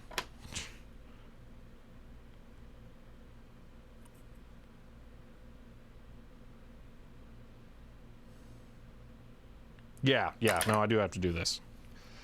All right. Digital Ice Age, it's made out of patents. That's what it's made out of. So each one of these is going to get this.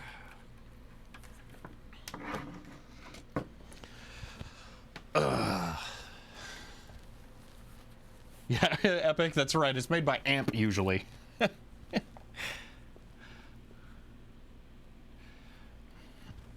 Alrighty. So, actually, I need my Klein.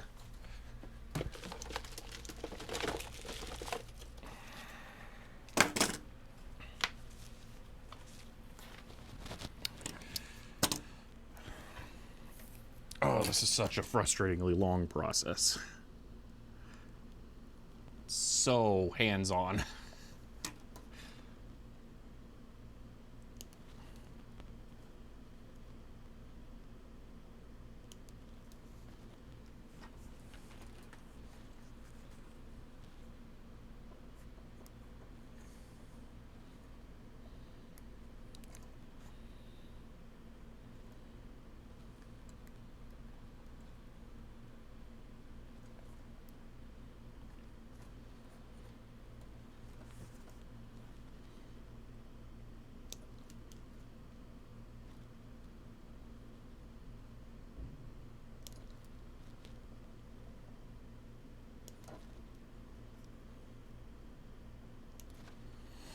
Okay.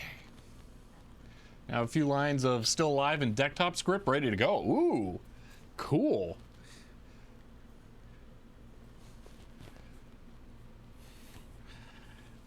All right, so let's zoom in and I'll show you how you do one of these stupid cable connector things. So this is a spool of the actual pins. All right. This is... How is this held together? What did I do?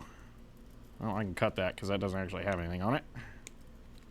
All right, it's free. Yay! All right, so you get this reel of these, all right? And you do have to break these off, and you do this by hand. Now I think I remember why these were like that, because I already broken some off and they were loose in here. No, I guess I used them all. All right, well, I only need 12. So I'm gonna break off 12 here right now. So these are kind of fun, because they're really difficult to do. So 3, 3, 3, 3. Okay, cut. And I'm gonna try and pinch this back on here. So I have that tool to make these connectors, but didn't know they were called Dupont connectors. I also hate making them. Yeah, I can't imagine enjoying this process. These things suck. They're not really called Dupont connectors. It's just kind of the generic name. It was funny. The store I went into to buy this tool, I called it a Dupont connector, and they looked at me like they had no idea what I was saying.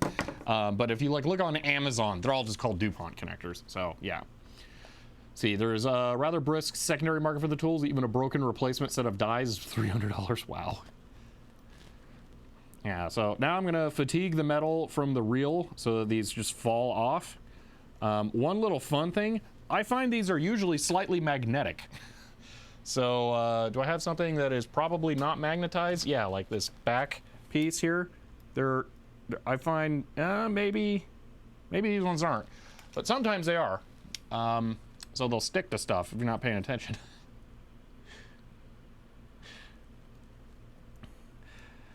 But yeah, they're small and light. They're easy to lose. They're really sharp. They're super fiddly. There's probably machines that do this all day long really easily, but doing it by hand is not fun. Camera's gone off. Yeah, it happens, Brian.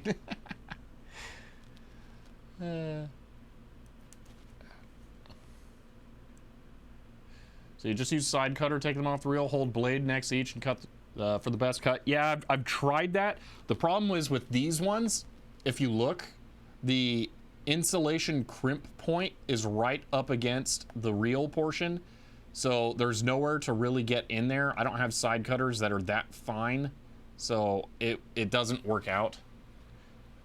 Yeah, Sergeant Silver, only 17 minutes. Yep.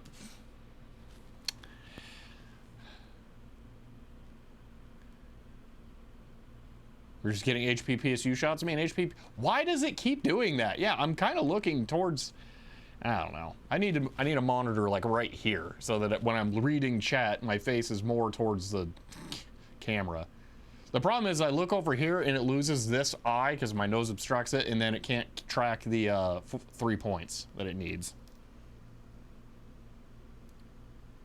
I can look at my laptop if I remember, and then it will work better. That's part of why I have the laptop here with chat. I need to switch to oh no, there was a reason I was using. Oh, the laptop's there today because I need the phone call stuff that I haven't migrated yet. That's what it is. All right, that's done. This looks painful. It's painful in just how long it takes. It doesn't hurt too bad. Unless you're talking about looking over there. That kind of hurts because of my neck, but yeah. All right, now doing this. This part's fun, and this is where I usually mess up and then need extra. So I don't remember which one of these. This is actually 4. It's been a while since I've done this. I think you put it in this way. You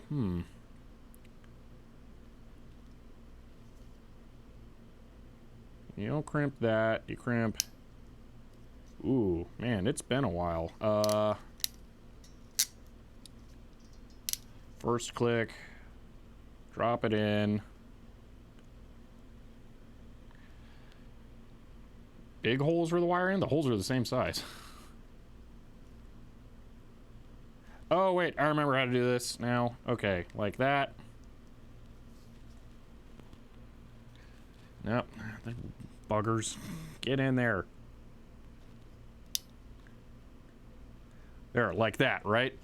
So, it's been a while. I hate these things. So, yeah, like that, right? So you leave it in there, it pokes through the other end. That's the part that doesn't get crimped. That should not be crimped because it latches into the plastic component. But I'm pretty sure you do it that way so that the edges can wrap around. So either it'd be that or you wrote, yeah, it's got to be that way. Other way. All right.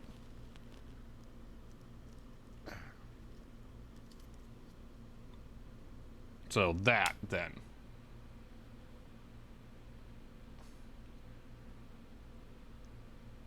Just clarifying. Other way. Hold. Forked end goes towards the other side. So like this. I'm waiting till I get a confirmation from Taters Games because it sounds like they've done this before. But yes, forked end goes towards the... No. Not like this. Camera. Come on. Thank you. So it does go... Oh, the other way... Then I had it right the first time then. So I had it right the first time. Because I had it going the other way. Forked end goes down. There is no down. You're holding it. So like this.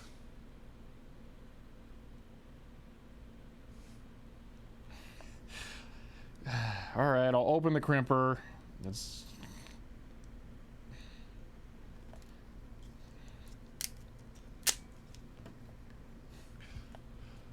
Does the open end follow the channel or does it not? Because it makes sense to me that the open end goes towards... So you drop it in. Forget Twitch chat plays Pokemon. Chat cramps a wire. Yeah. It goes like... stupid things falling. Now I lost where that one went. Did it fall into this? 3. Nope, where'd it go? Did it? There it is. Forked end goes on the side of the crimper that has the wire gauges stamped on it. Oh.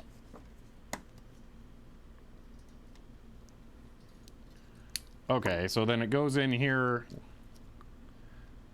like this. On that side, you mean? This looks more familiar, so like that. This looks way more familiar now.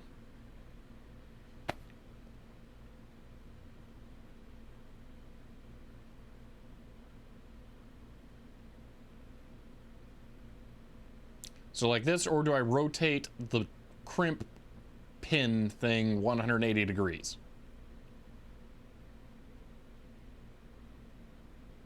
Because I think you do this so that it wraps into the channel, right?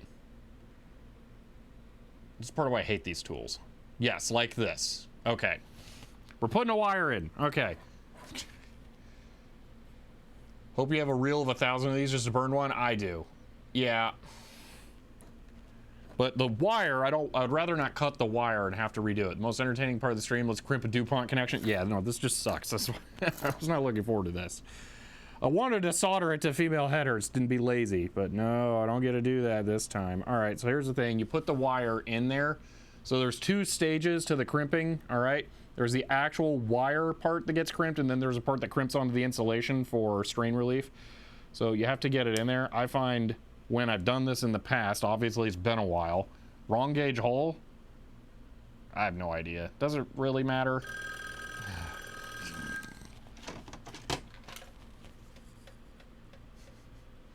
It's probably not printed on there. I don't know what the gauge is. It's not printed on it. This is the ultra cheapest wire you could ever imagine. All right, I can move it down one, I guess.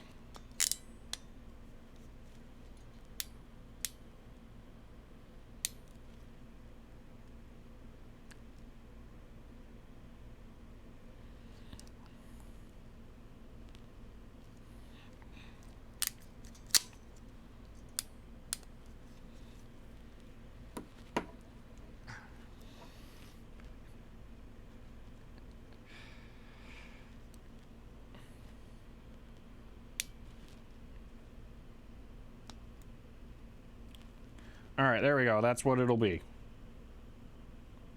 Nope, that's not aligned correctly. You can see it on the other end. It's going to crush the thing. There we go. That's it right there. That's correct. All right, I'm doing it. I have a set of these, but never figured out how to do them correctly, so I resorted to always using flat pliers to manually crimp. Yeah, exactly. This is awful. Twisting the wire because it's kind of weird how it goes in there. It's in the right way now. Yeah, it's easier to use a large hole first, then switch to the smaller hole. I may have been doing something like that before. I don't remember. All right, I'm going to try and keep this in frame, but also be able to see it myself. So here we are. So going down as much as I can, and now the insulation doesn't fit in there.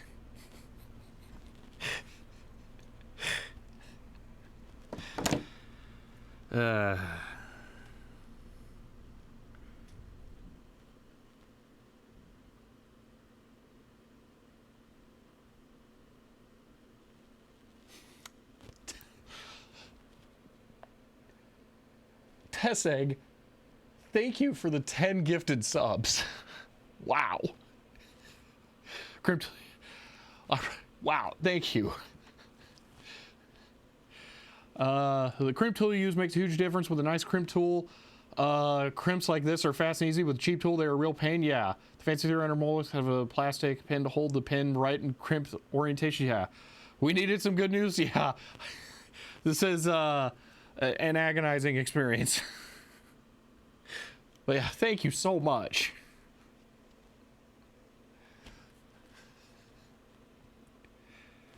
I'm using the big one because the wire won't fit in the other one.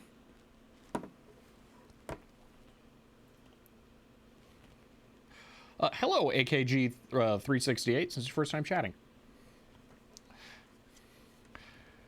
All right, doing it here, going down, insulation in. This insulation's way too thick. No, it doesn't fit in that one either. Seriously? Wire is too big for the pin? I guess so, but it's going in there no matter what. Seriously, do a saved search for HT95 on eBay. Just wait for one of those pop up at a reasonable price. Taters Games, I hope I never have to do these ever again in my life. And that's what I do every time I do one of these. So, exact same crimper is from Fake Ponts, Amazon seller. They make me sad? Yes. No, it's bad. It's not good. That's for sure.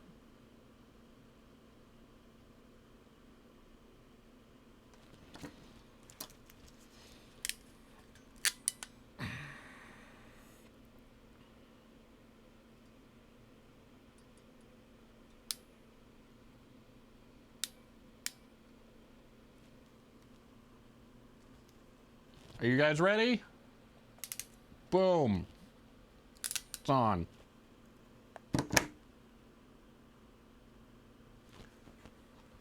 That is a perfect crimp. The wire's too thick, but whatever. So you can see it's grabbed onto the insulation, and then it has, there's two separate crimp areas. Where'd the tweezers go? I thought they were up here.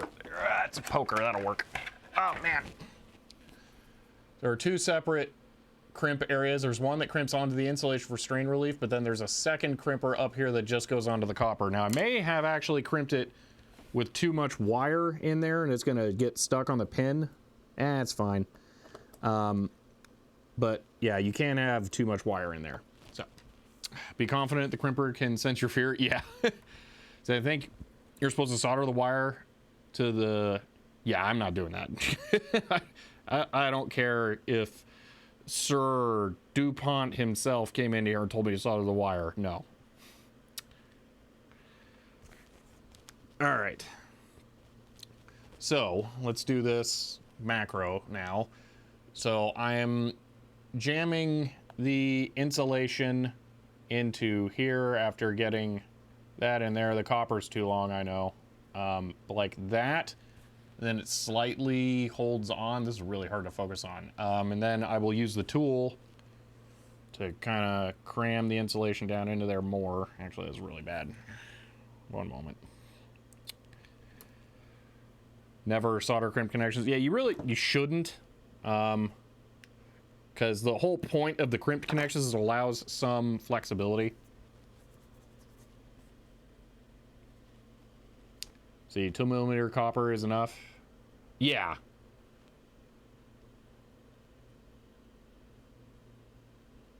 Let me get this on here, not on camera, because then it'll actually work.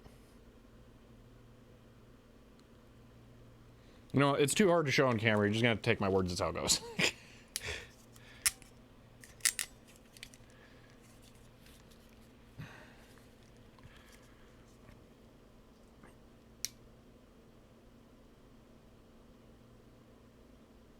Oh my gosh, this one's driving me nuts.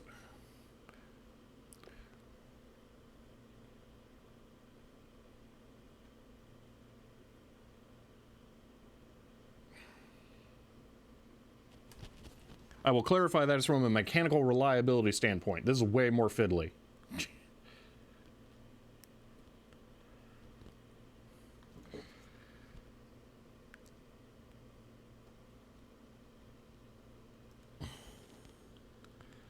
I know the camera's out of focus. I'm just trying to get this done. Are you kidding me?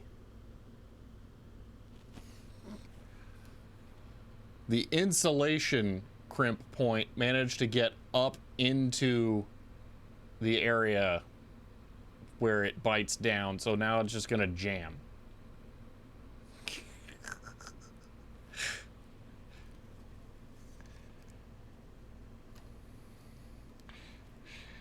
It's upside down? Oh, that's right. Yeah, that'll do it. Oh my gosh, I hate doing this so much. I'm an idiot. Sorry. Tired. Depends on the application. Anything is out of the weather. It argues better. Keeps moisture out. Ooh, yeah, that's an interesting concept.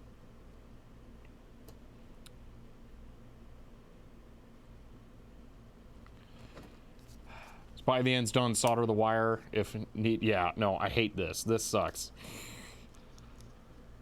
I really did not want to do this today. Oh my gosh, it's driving me crazy.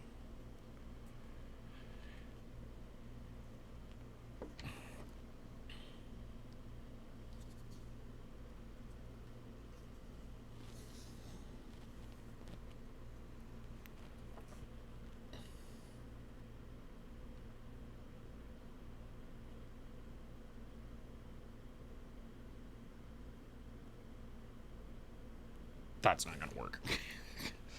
You know what? I'm giving you broad focus. We're just gonna do whatever works here.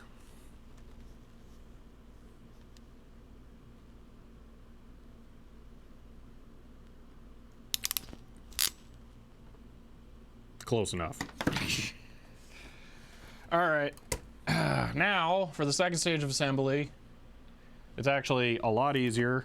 You just have to pay attention to where the little thingamajig is. There's a hole, and the plastic tab goes into that hole on the connector, and then it locks in. You can't pull it back off. So, yep, there's that. And do the second one. Get in there. Seriously.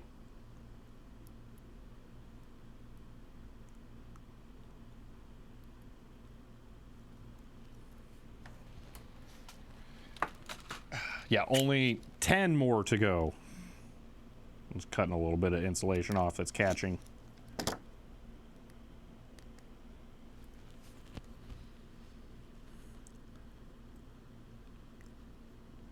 Now the other one went in, it's fine. I don't have any other wire, so it's this or nothing. I don't think the wire's, okay, the wire, nah, it shouldn't be too big. I don't know why it's stretching this one out. I don't think it crimped enough. I'm gonna run it through again.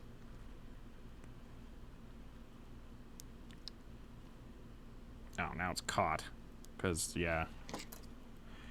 No, will it go in all the way? No. Okay. So you have to, if you want to take it out like I currently do, you have to lift up this tab, which is kind of a pain in the butt. Because if you lift it up too much, then it won't press back in and retain.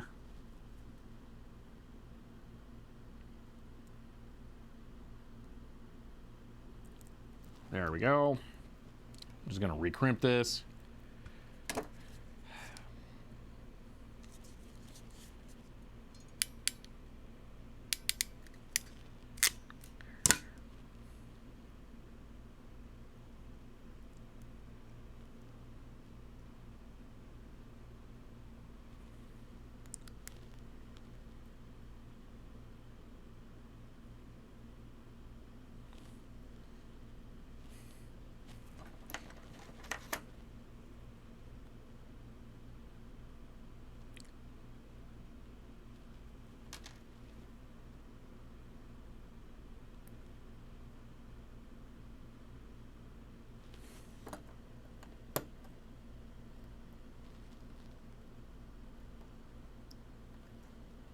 That'll do. All right, so there's a complete one.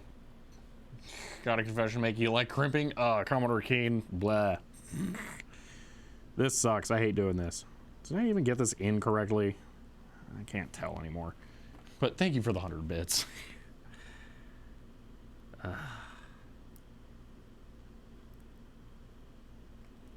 I'd rather solder any day of the week. When are the correct type of heat shrink? I'm sorry to hear that. Yeah.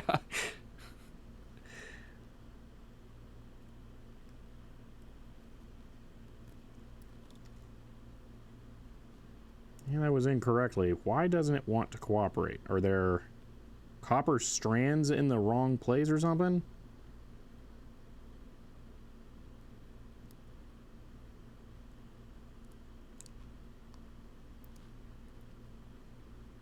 All right, there we go. Now it's fully in. That's it. Done. Okay. Boom.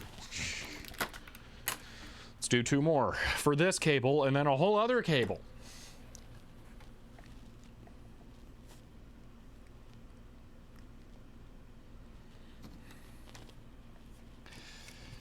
I'm gonna try and blow through these as quick as I can and be sloppy, because blah.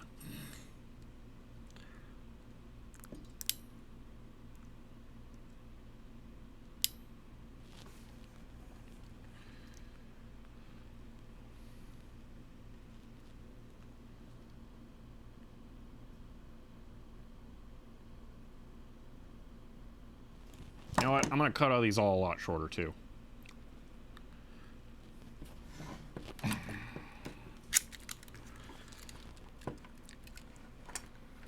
Now the soldering iron is shut off.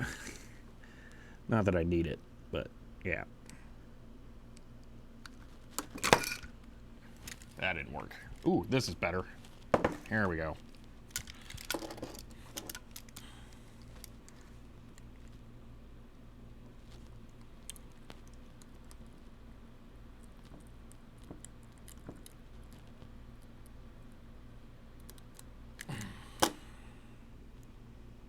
Only one strand didn't cut.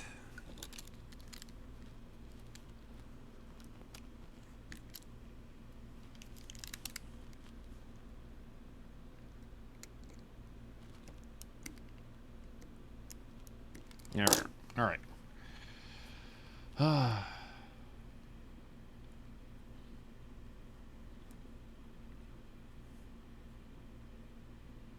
And then I have to solder these onto the switches on the other side, because I don't have the crimp terminals. I think these are supposed to have like blade connectors that you just attach, right? That you crimp on with another tool. I always solder them on just because I don't have those, but I'm pretty sure that's how you're supposed to do it. It would be nice to have that, I guess, but blah.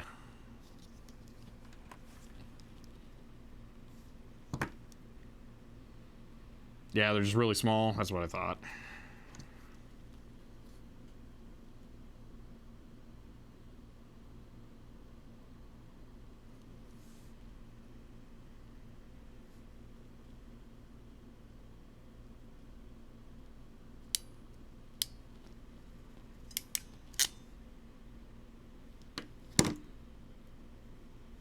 Oh, there's one down.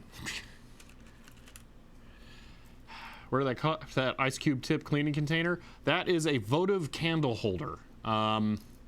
Good luck.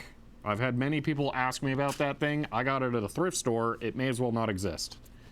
It's amazing because it's so heavy and it gives you a really hard surface to do weird stuff like that on. But I couldn't get another one even if I wanted to. So...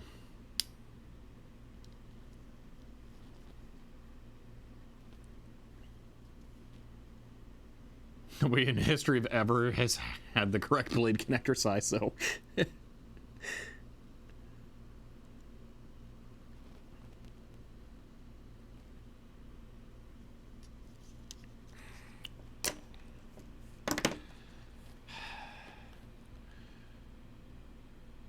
Put some... I really don't want to do this frequently.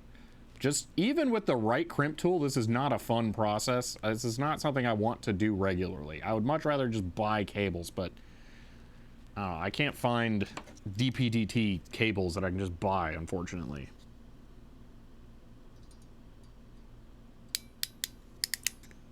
There we go. That one should be good. That one's perfect. Okay, next.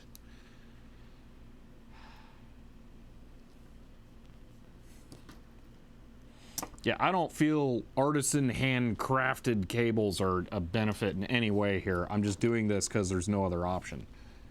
If I can find some DPDT cables, then this is going to make multiple different things a lot easier. Ooh, that... Curious what that is.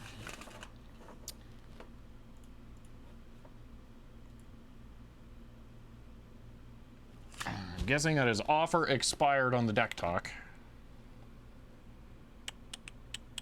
What's your next move? I'm not... Make another offer. 220. Alright, I'm offering 220 on the deck talk, and then I'm just buying it. So if you're watching, you can just wait, and then I'll buy it later. Oh my gosh, I only got 40 minutes left. Oh no.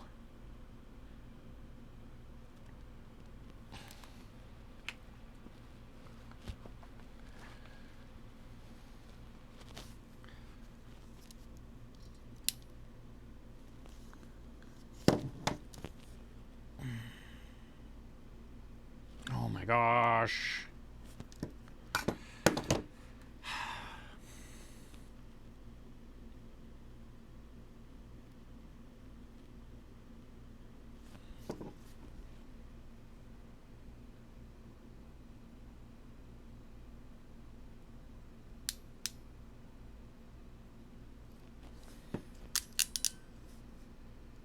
Yeah, the eBay notification was them not responding to my deck talk offer. So I did another offer for 220, and then probably later this evening I'll just buy it once they don't respond to that, because I don't think they will.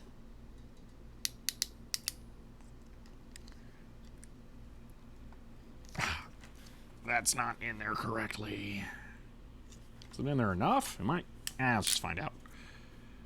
That was acceptable. All right. The only real problem with the crimping in the wrong location is if, no, I have to end it early today. I have to.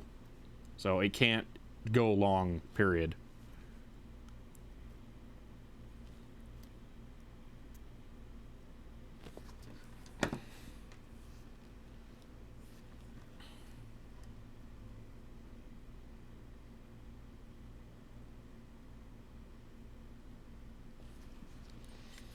Just from watching this, I've developed a distaste of crimping. Yes, no, this is a fiddly process no matter what.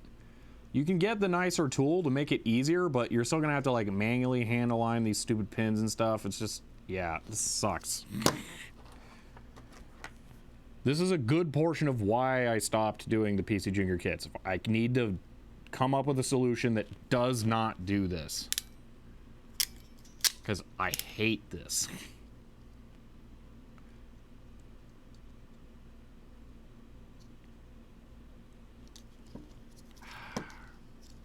These wires are really the wrong size too, though. That's not helping. They really, really are. They work, but it's a lot more effort.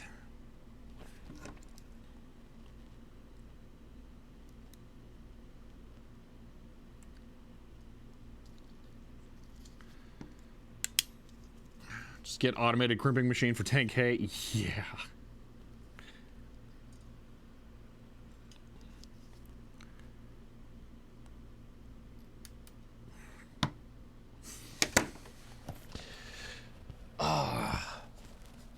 Hire a gig worker? Oh my gosh, I would not want to pay someone by the hour to do this. Yeah, I just lost one, and that's when you find out they're pokey, although I probably won't be walking barefoot around the office, so that won't actually matter too much.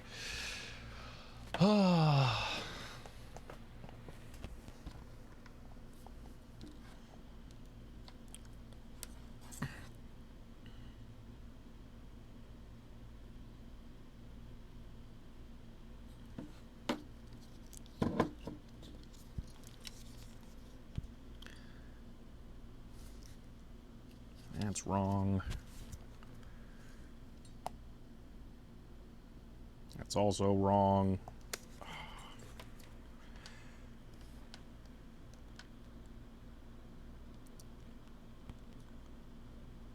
I've done 5 of these. No, 4 of them, by the way. That's how long, just however long I've been messing around with this, I've done 4. Part of that is I suck at this. Part of that is that these are the wrong size wires. Part of that is this tool's not good. But a lot of it is this is just a pain in the butt. Oh my god.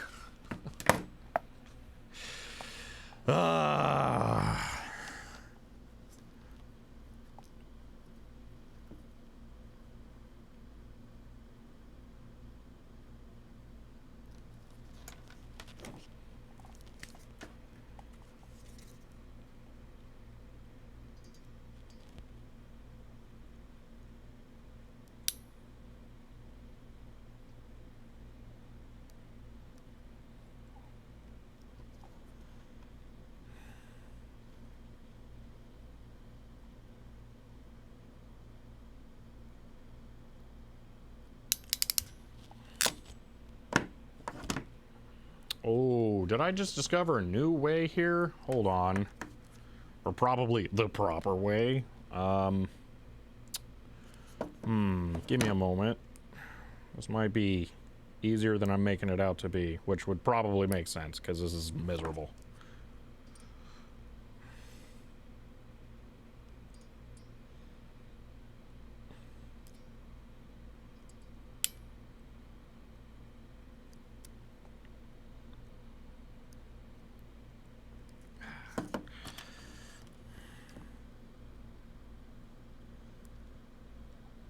Ow.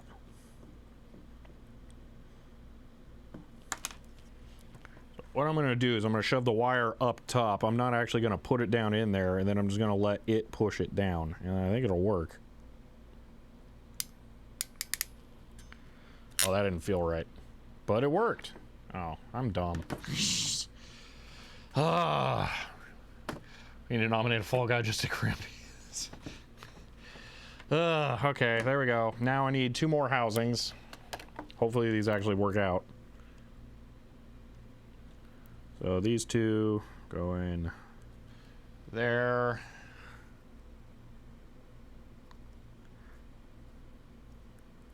Maybe.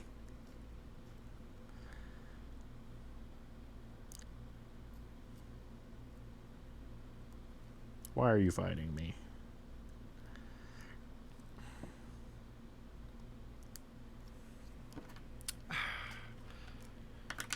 Where'd the tweezers go? I thought I found them.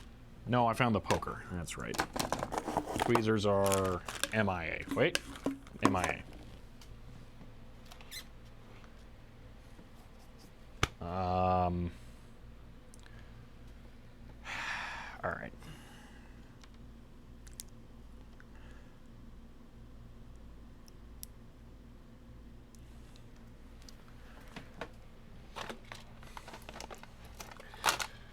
My yellow poker. That thing would be amazing here. The metal one.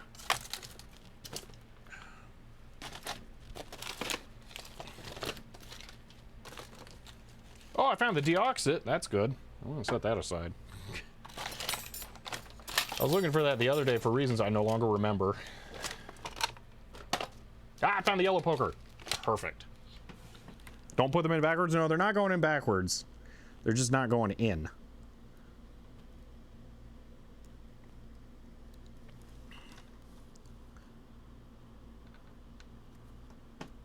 There we go.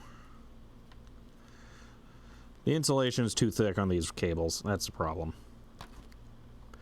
So I'm just having to force it in there.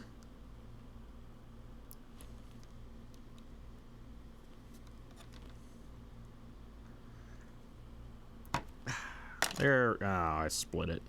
Seriously. That's not gonna work.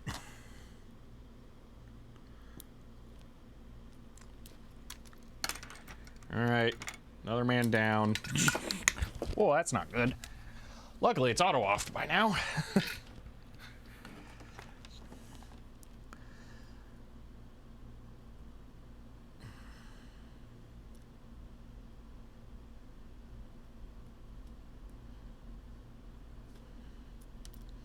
I'm actually managed to uncrimp that one. Seriously?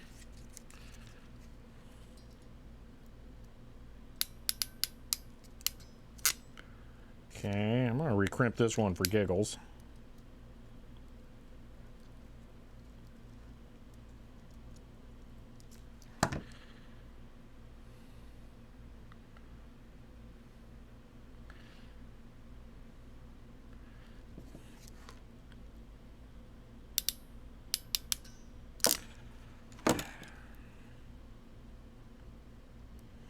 So I think you can understand why I was so disappointed now when I got to the realization that I was going to have to do this, because this sucks. This is very, very miserable.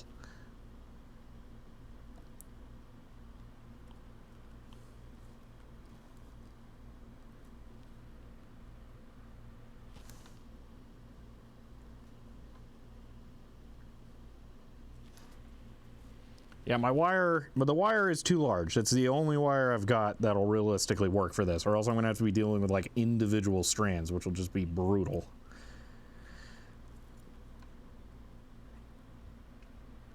The wire I'm using is definitely too big, though. I will fully concede that.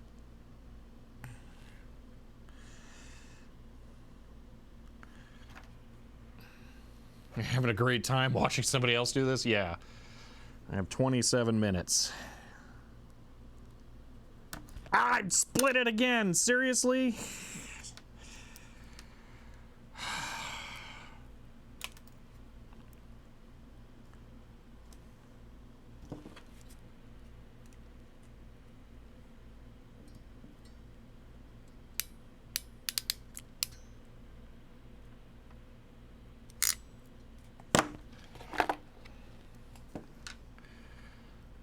Yeah, it's probably just slightly too large gauge, because it almost works well. Almost.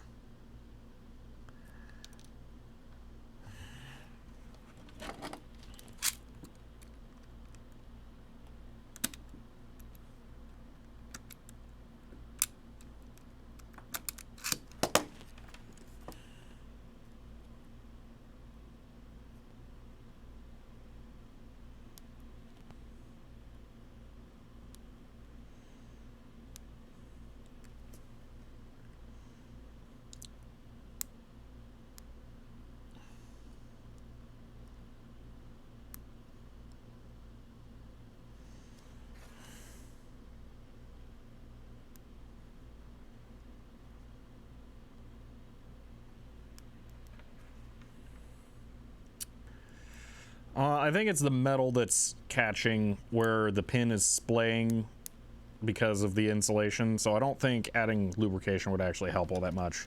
I might be able to pull the front through, though.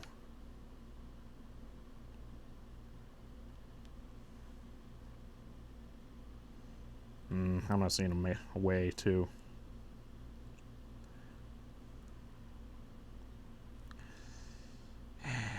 It's so close. It would probably... I don't know. Very entertaining stream. On a lighter note, I've unstuck my sticky shift key. Ah, sweet. Problem somebody used grease on... Oh, yeah, that definitely happens a lot with typewriters. People have used wrong lubricants on them for a very long time. I had the same problem on a bunch of my mechanical calculators. It's quite annoying.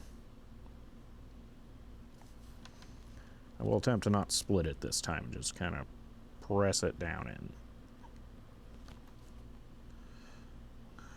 I don't think that method's working.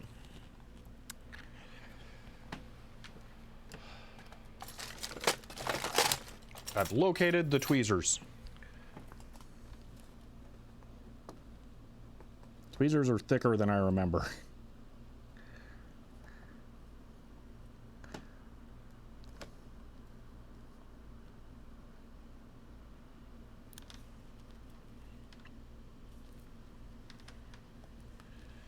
Use pliers to smash it square.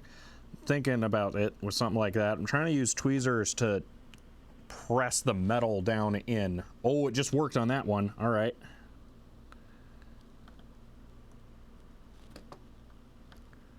Got it. Tweezers behind. Oh, there we go. Okay, I can do the other one now. Much quicker. Oh, tweezers are the magic tool. Okay. This one's slightly bent. Hopefully not in a way that has reduced the integrity of the thing. That did not crimp correctly.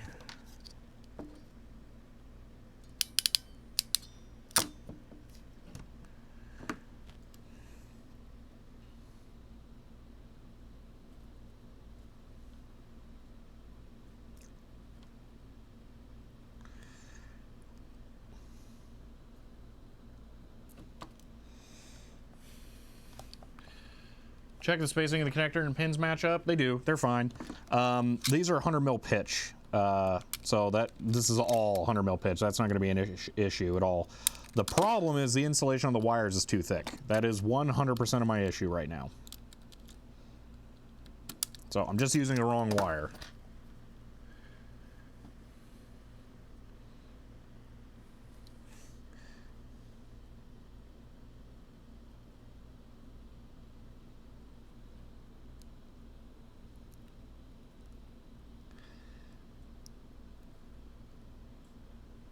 All right, there we go. And use the tweezers. Oh, the tweezers are cheat code.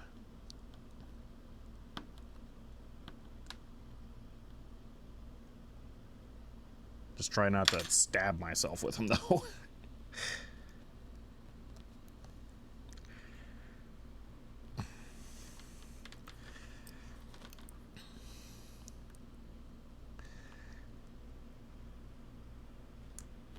Click. And you had to crimp connectors on wires? Blah. Is that both in? I think this one may need to go just a tiny little bit more. Good enough. Doesn't pull back out. All right, I'm calling it. All right, now here's the fun thing. Technically, we have these three. These all need to go together. And then I have to solder them on to the switch on the other side. Yay. Should really fold these together.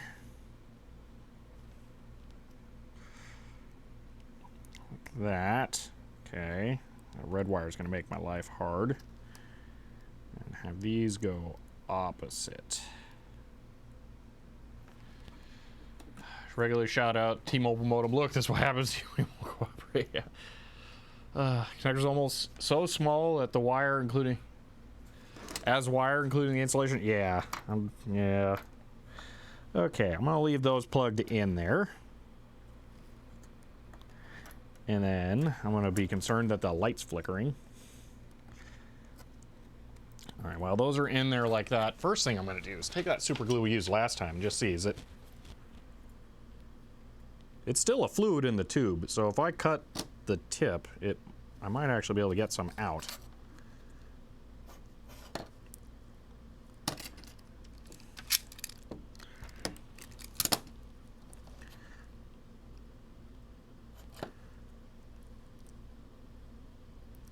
Okay, I don't know how far up in the tube.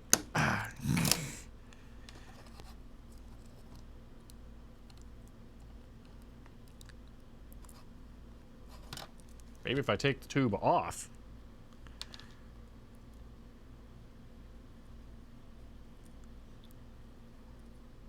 What? How is there none? It's empty. What? Did it all evaporate or something? Weird. All right. Yeah, actually, we're gonna do this the bad way.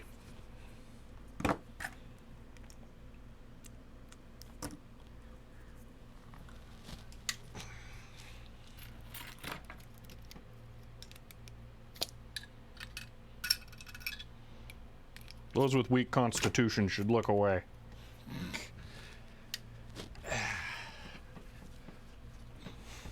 No, the next part's going to be the bad way.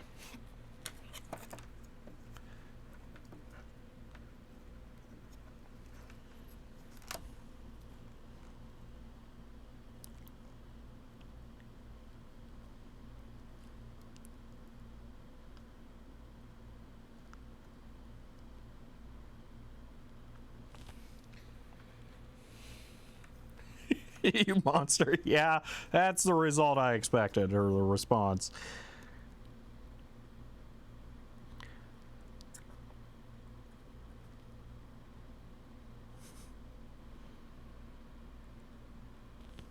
There we go.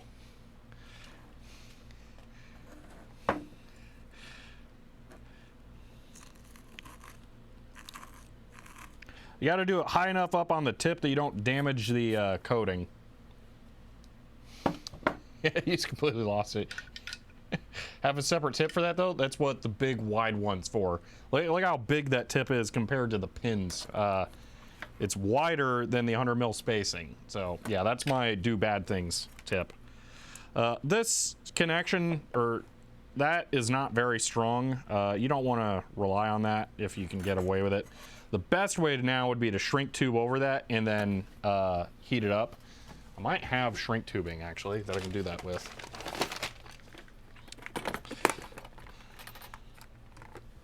Is this large enough to go over these? Ooh, sweet. Okay, so we can do that. Guess what I'm going to use to do the shrink tubing?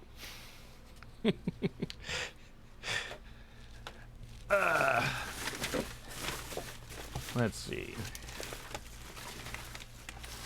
Where is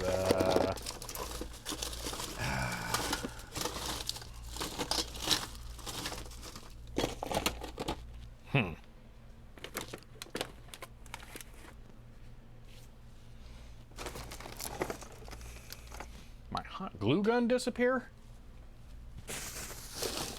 There it is. All right.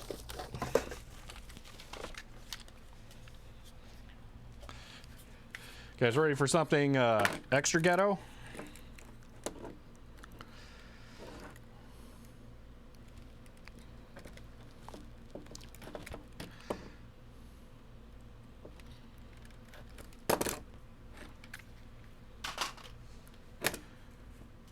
Hot glue. Oh, wow, that's huge. Okay, we can do a smaller one.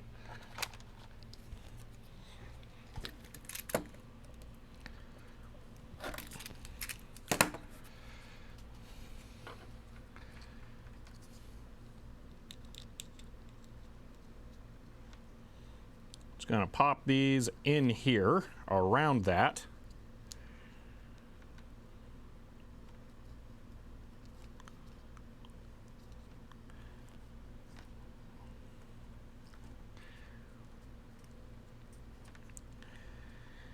And that will melt as I do this. And again, look away.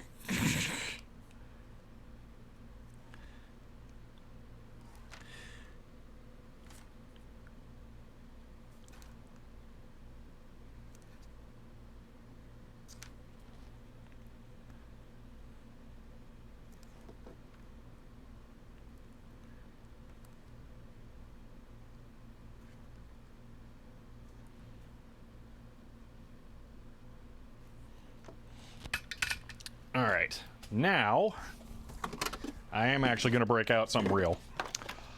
I am not 100% sure. Actually, this heat gun is 1,000 watts. I probably shouldn't do this. It will probably blow a breaker because I don't know where I should plug it in right now. So we're just going to do this this way for now.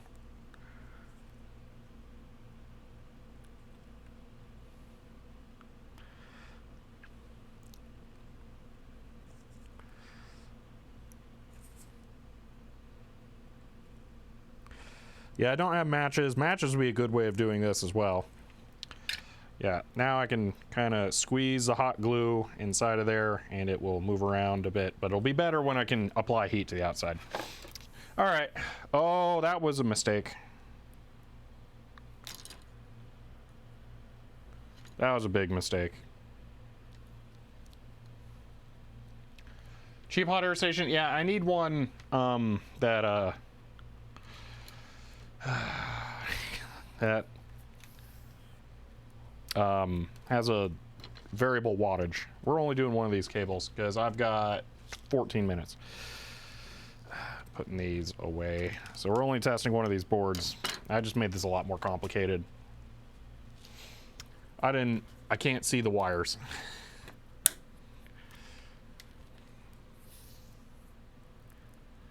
That would be nice, Jack of Clubs, but this office is definitely not the kind of place where that would be easy to do.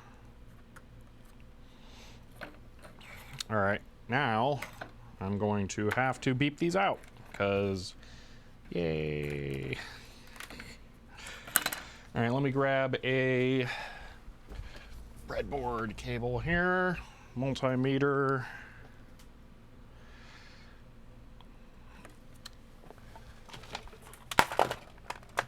This just dramatically complicated this step.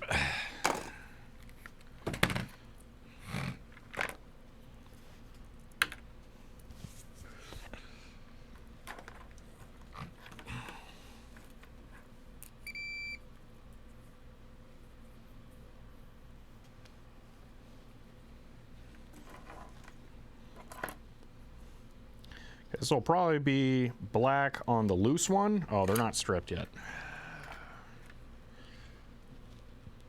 Cheap hot air stations scare me. Yeah, they do scare me a bit too. That's why I don't have one yet. I've used one really nice one, and I have a picture of what it was, but I can't really find it.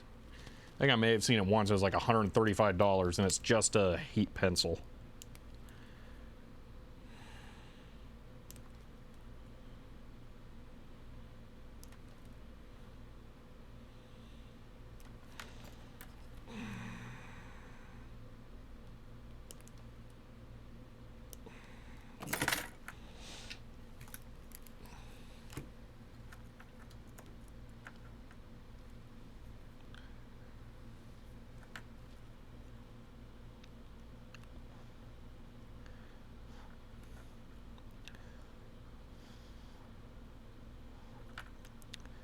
This, you very much have to be quick with your heat on, or you can melt the switch. You originally got a brand station, and it's cheap, but doesn't feel scary cheap. Well, that's good. If the hot air station has a soldering iron built in, I don't really trust it. That's my lowest level benchmark.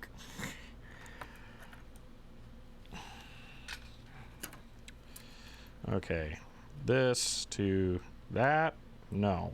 To that. No. To...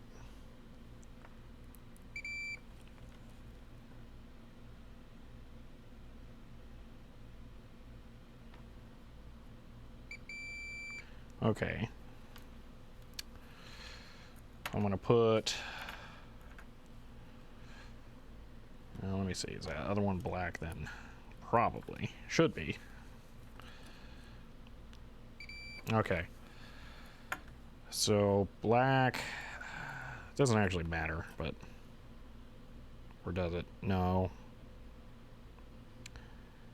I'm gonna match these. I think it'll be fine.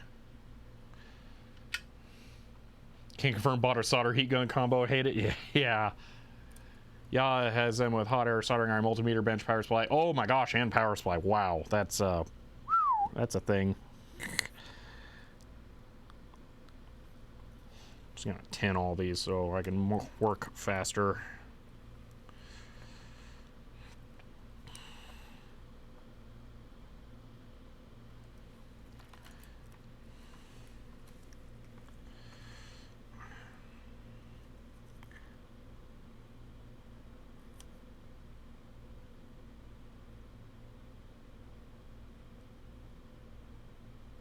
Okay.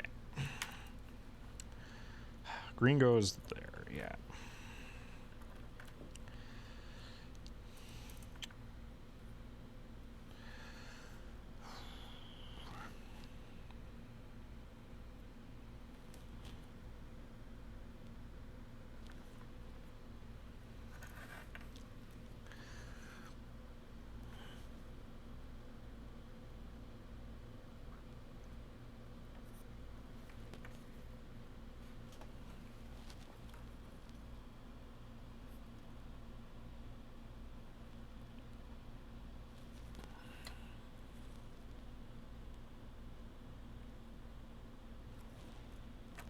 Okay.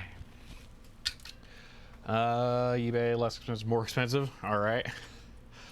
I'm not really ready to look at those kinds of things right now because I'm really trying to hustle to get this done. We got 9 minutes. That's really not enough time. Cool. Okay, so it's red. Or is it blue? It's blue. Okay. And it should be red next.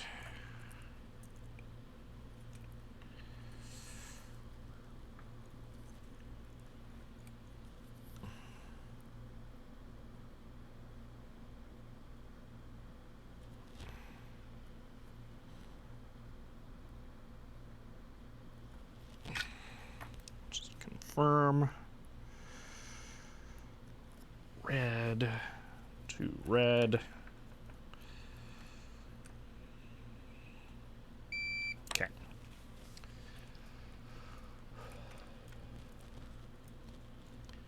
Helmcraft, is someone I'm not seeing posting things, or are you just blocking terms preemptively? Because I like those terms being blocked. They seem like good ones. I just didn't see anyone doing anything like that.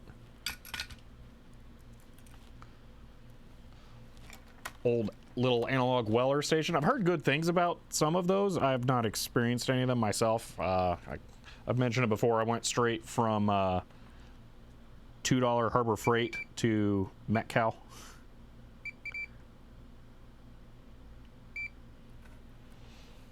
All right, so it should be black and then green.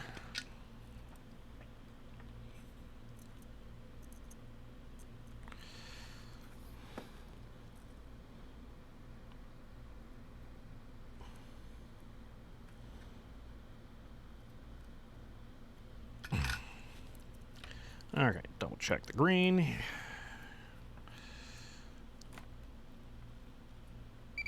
All right, everything has continuity. The switch is done. I should be able to just pop it on there. I need to snap these now. Okay, excellent. That was even the one I actually wanted to use, not that it matters in the slightest. Just gonna file that down real quick like so I don't forget.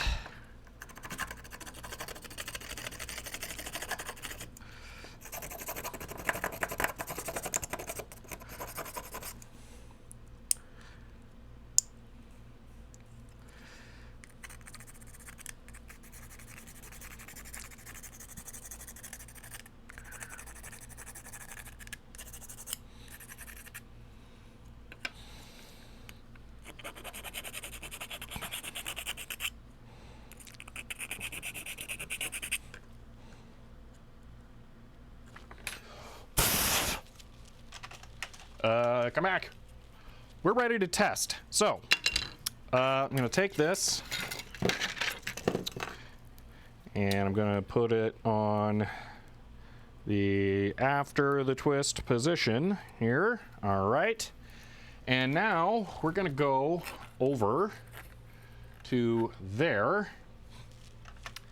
And I have drives set up. I forgot to turn on the lights. Let me do that really quick like. Whoa, that sounded good. Did I just break the plastic somehow? Oh, no, it's a press button. That's fine. Okay. Boom and boom. Okay. So I have 3.5 or 40 track drive here. There's a 120 track drive right there. So what I'm going to do is I'm going to take the card edge that's going, this is actually pre-twist, so I should put this here. All right, now this board will plug in to this over here.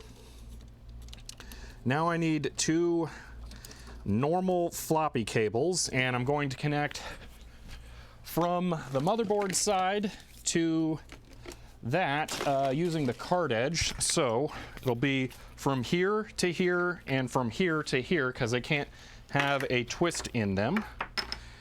So one is going, that pin is bent from me messing with stuff.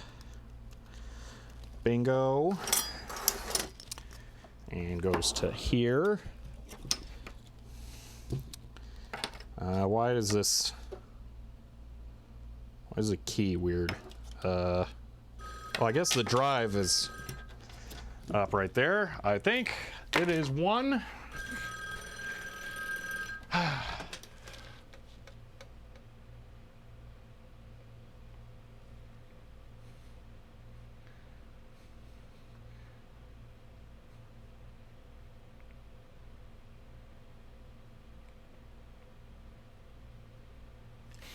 Yeah, something like that will.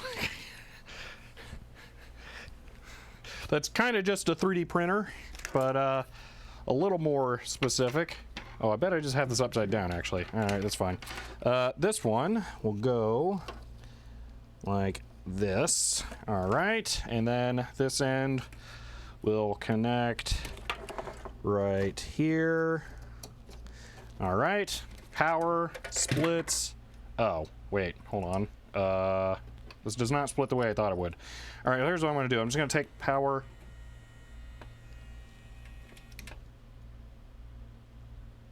What?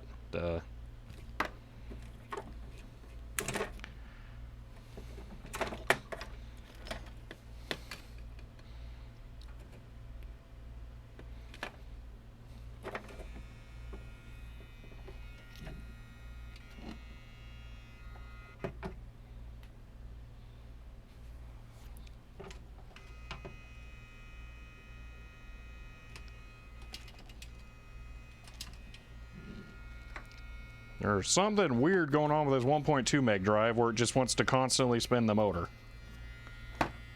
All it is it's only plugged into power. What?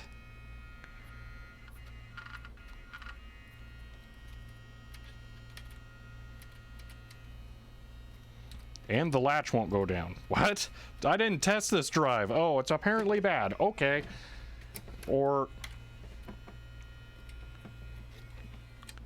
oh, no.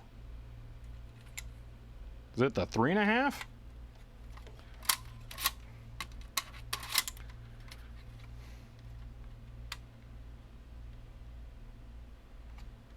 What is going on? Something's over here making buzzing sounds. And now it's not. Oh, there it is. Yeah, it's a 3.5-inch drive. All right, we'll just ignore the 3.5-inch drive. I think it just died. Okay, I'm gonna plug in card edge connector for the floppy switchboard. Again here, goes like that. 1.2 meg drive, and then 40 track drive. Okay. Everything here is connected.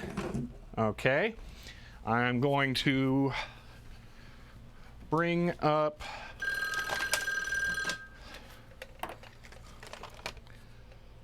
yeah, that's this is that. Time to end stream. So I need to do this test and then end this. So here's what we're gonna do. Dogface McDoggerson, thank you for gifting a sub. I did just make a makeshift FD505. We're gonna test this really quick. TTS phone, yes, it is now a mechanical phone, so I can't really see the chat over there. We're gonna do this. Hold on, one moment, okay? Capture. All right, here's what we're doing. I'm gonna zoom this in specifically on the drives. Okay, coming over here, gonna launch the CryoFlux software wherever it is been. That's not CryoFlux. Where did I put the CryoFlux? Home, downloads, CryoFlux, DTC, GUI, launch, however it is, Java dash jar, CryoFlux, boom. Or a thing here. Did I have to run this as sudo or something? I don't remember. Okay, there it is. Drive. I don't remember. This is probably drive 1. All right. Calibrate. Drive. Calibrate. Yes. Okay.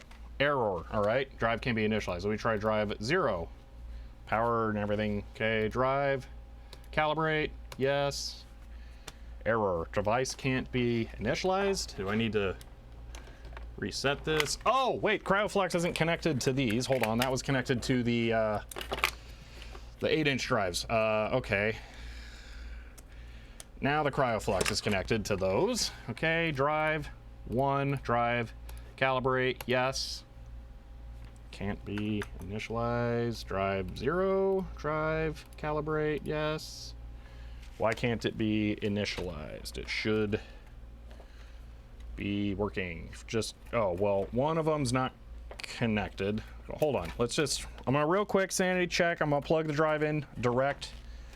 All right, drive 0, drive, calibrate, yes. This is, I don't see the drive doing anything.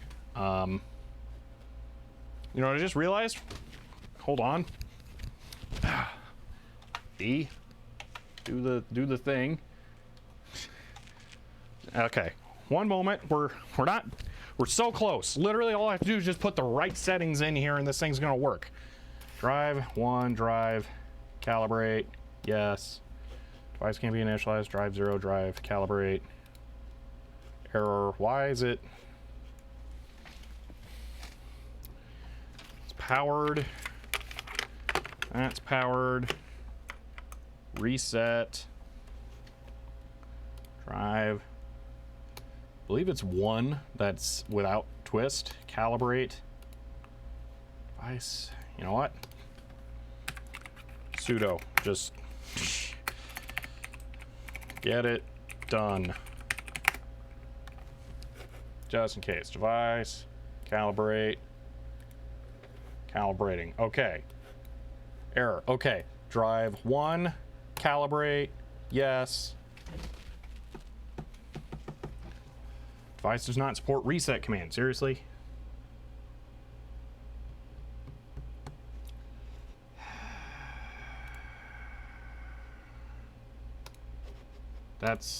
It's so close. Drive, calibrate. Okay. See, you know what? All right, hold on. I'm gonna give you the other view. All right, we're about to do this, okay? We're so close. See, all right, here we go.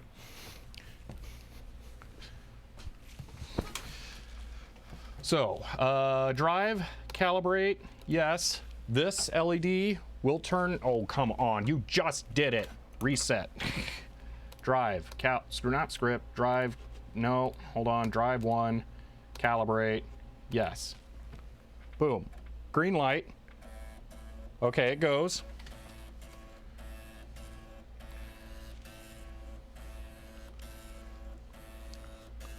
And one more. Okay, it finishes. Okay, I'm gonna plug in the floppy switchboard. I'm gonna plug the cable in that goes to that drive. And then I'm not sure which is going to which yet, so I'm gonna reset here. We're going to drive, calibrate. Yes, one of these should go. Device control command failed. Okay.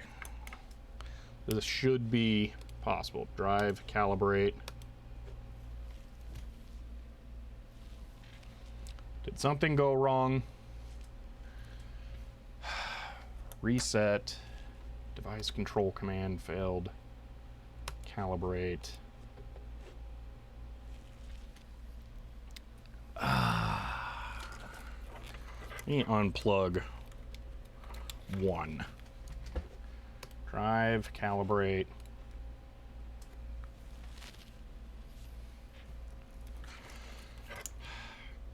Man, really? I wonder if it could just be something as simple as like the floppy cable's bad.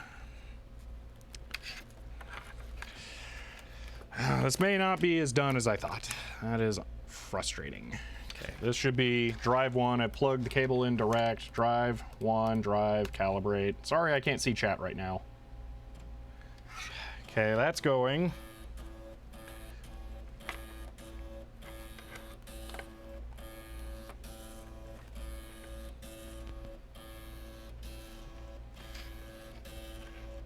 Okay, do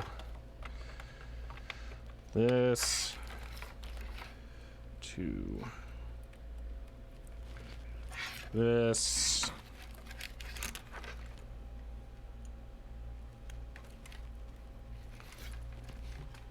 Drive, calibrate, yes. Fail, switch, drive 1, calibrate.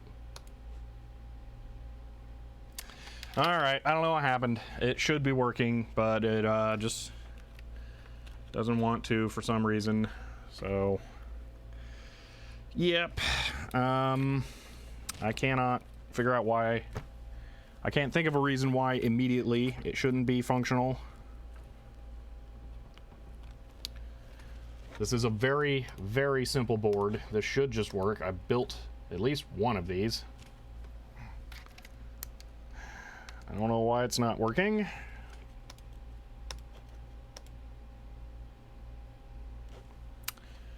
Reset the cryoflux one more time. Calibrate. Yeah.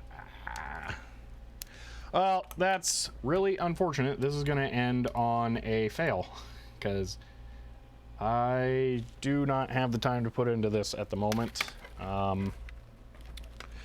It's probably the switch. One thing, you know what? Here's what I can do. We're going to make a last moment change. I just want to demonstrate this thing will at least connect to drive. So, here's what we're going to do. Here's a switchboard. I'm going to take my bunch of PC stuff here, and I'm going to put IDE jumpers across that. Yeah, okay. So it should go here. And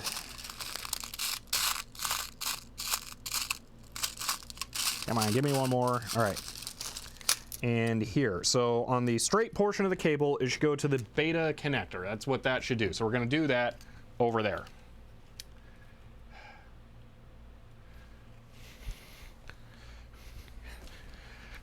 Okay. So coming out of the cryoflux, going pre-twist here. All right. And then going to the beta connector. Boom. Resetting cryoflux, drive, calibrate, yes. You know what? Do I have the labels wrong for the twist or not? That would be a thing. Oh, I think I do. Drive, calibrate, yes. It's going. Oh, I have the labels wrong on the PCB? The silkscreen? Seriously? That's my seriously gotta end stream alarm here. But we might be about to have this. All right, I'm gonna.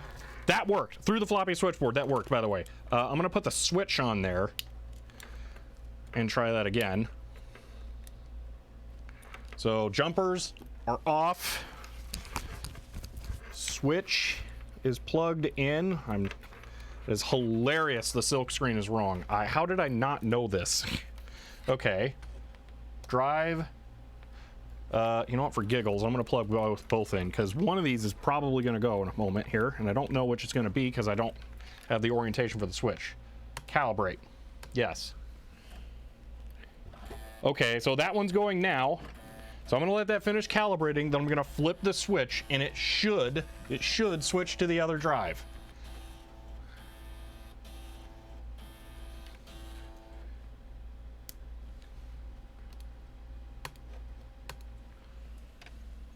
Boom. Success! It was a known board, so it should work, but there we go. Okay, the silk screen's just wrong. Whew! Another good reason for Rev 2. Okay. Ah! JJDP210, thank you for the 1,000 bits. Wow, thank you. We did it. All right. That worked. Oh, man. That is hilarious that the silk screen's wrong. Oh my gosh, here's your terrible silk screen bits. Yeah, there's another good reason to rev to it. All right, well that's really good to know. Man, okay, mission accomplished. Yes. Now we can end the stream. Yeah, we can. Oh, we've got a hype train close. Okay, so we don't need to run the hype train, guys. All right.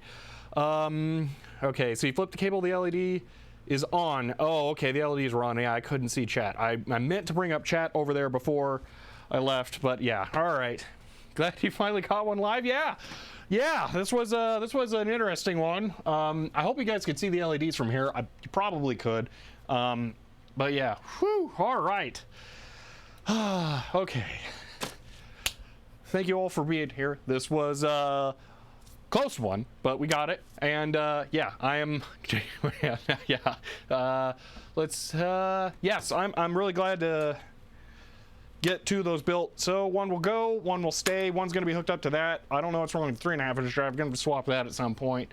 But yeah, so all right, I'm going to run the outro now. Well, thank you guys for being here. Sorry I had to cut this one a little short. This is just how it worked out right now. So yeah, here's what I'm going to do at this exact moment though.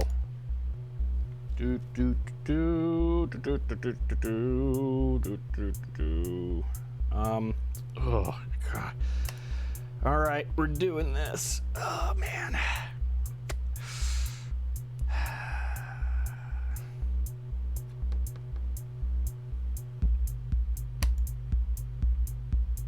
And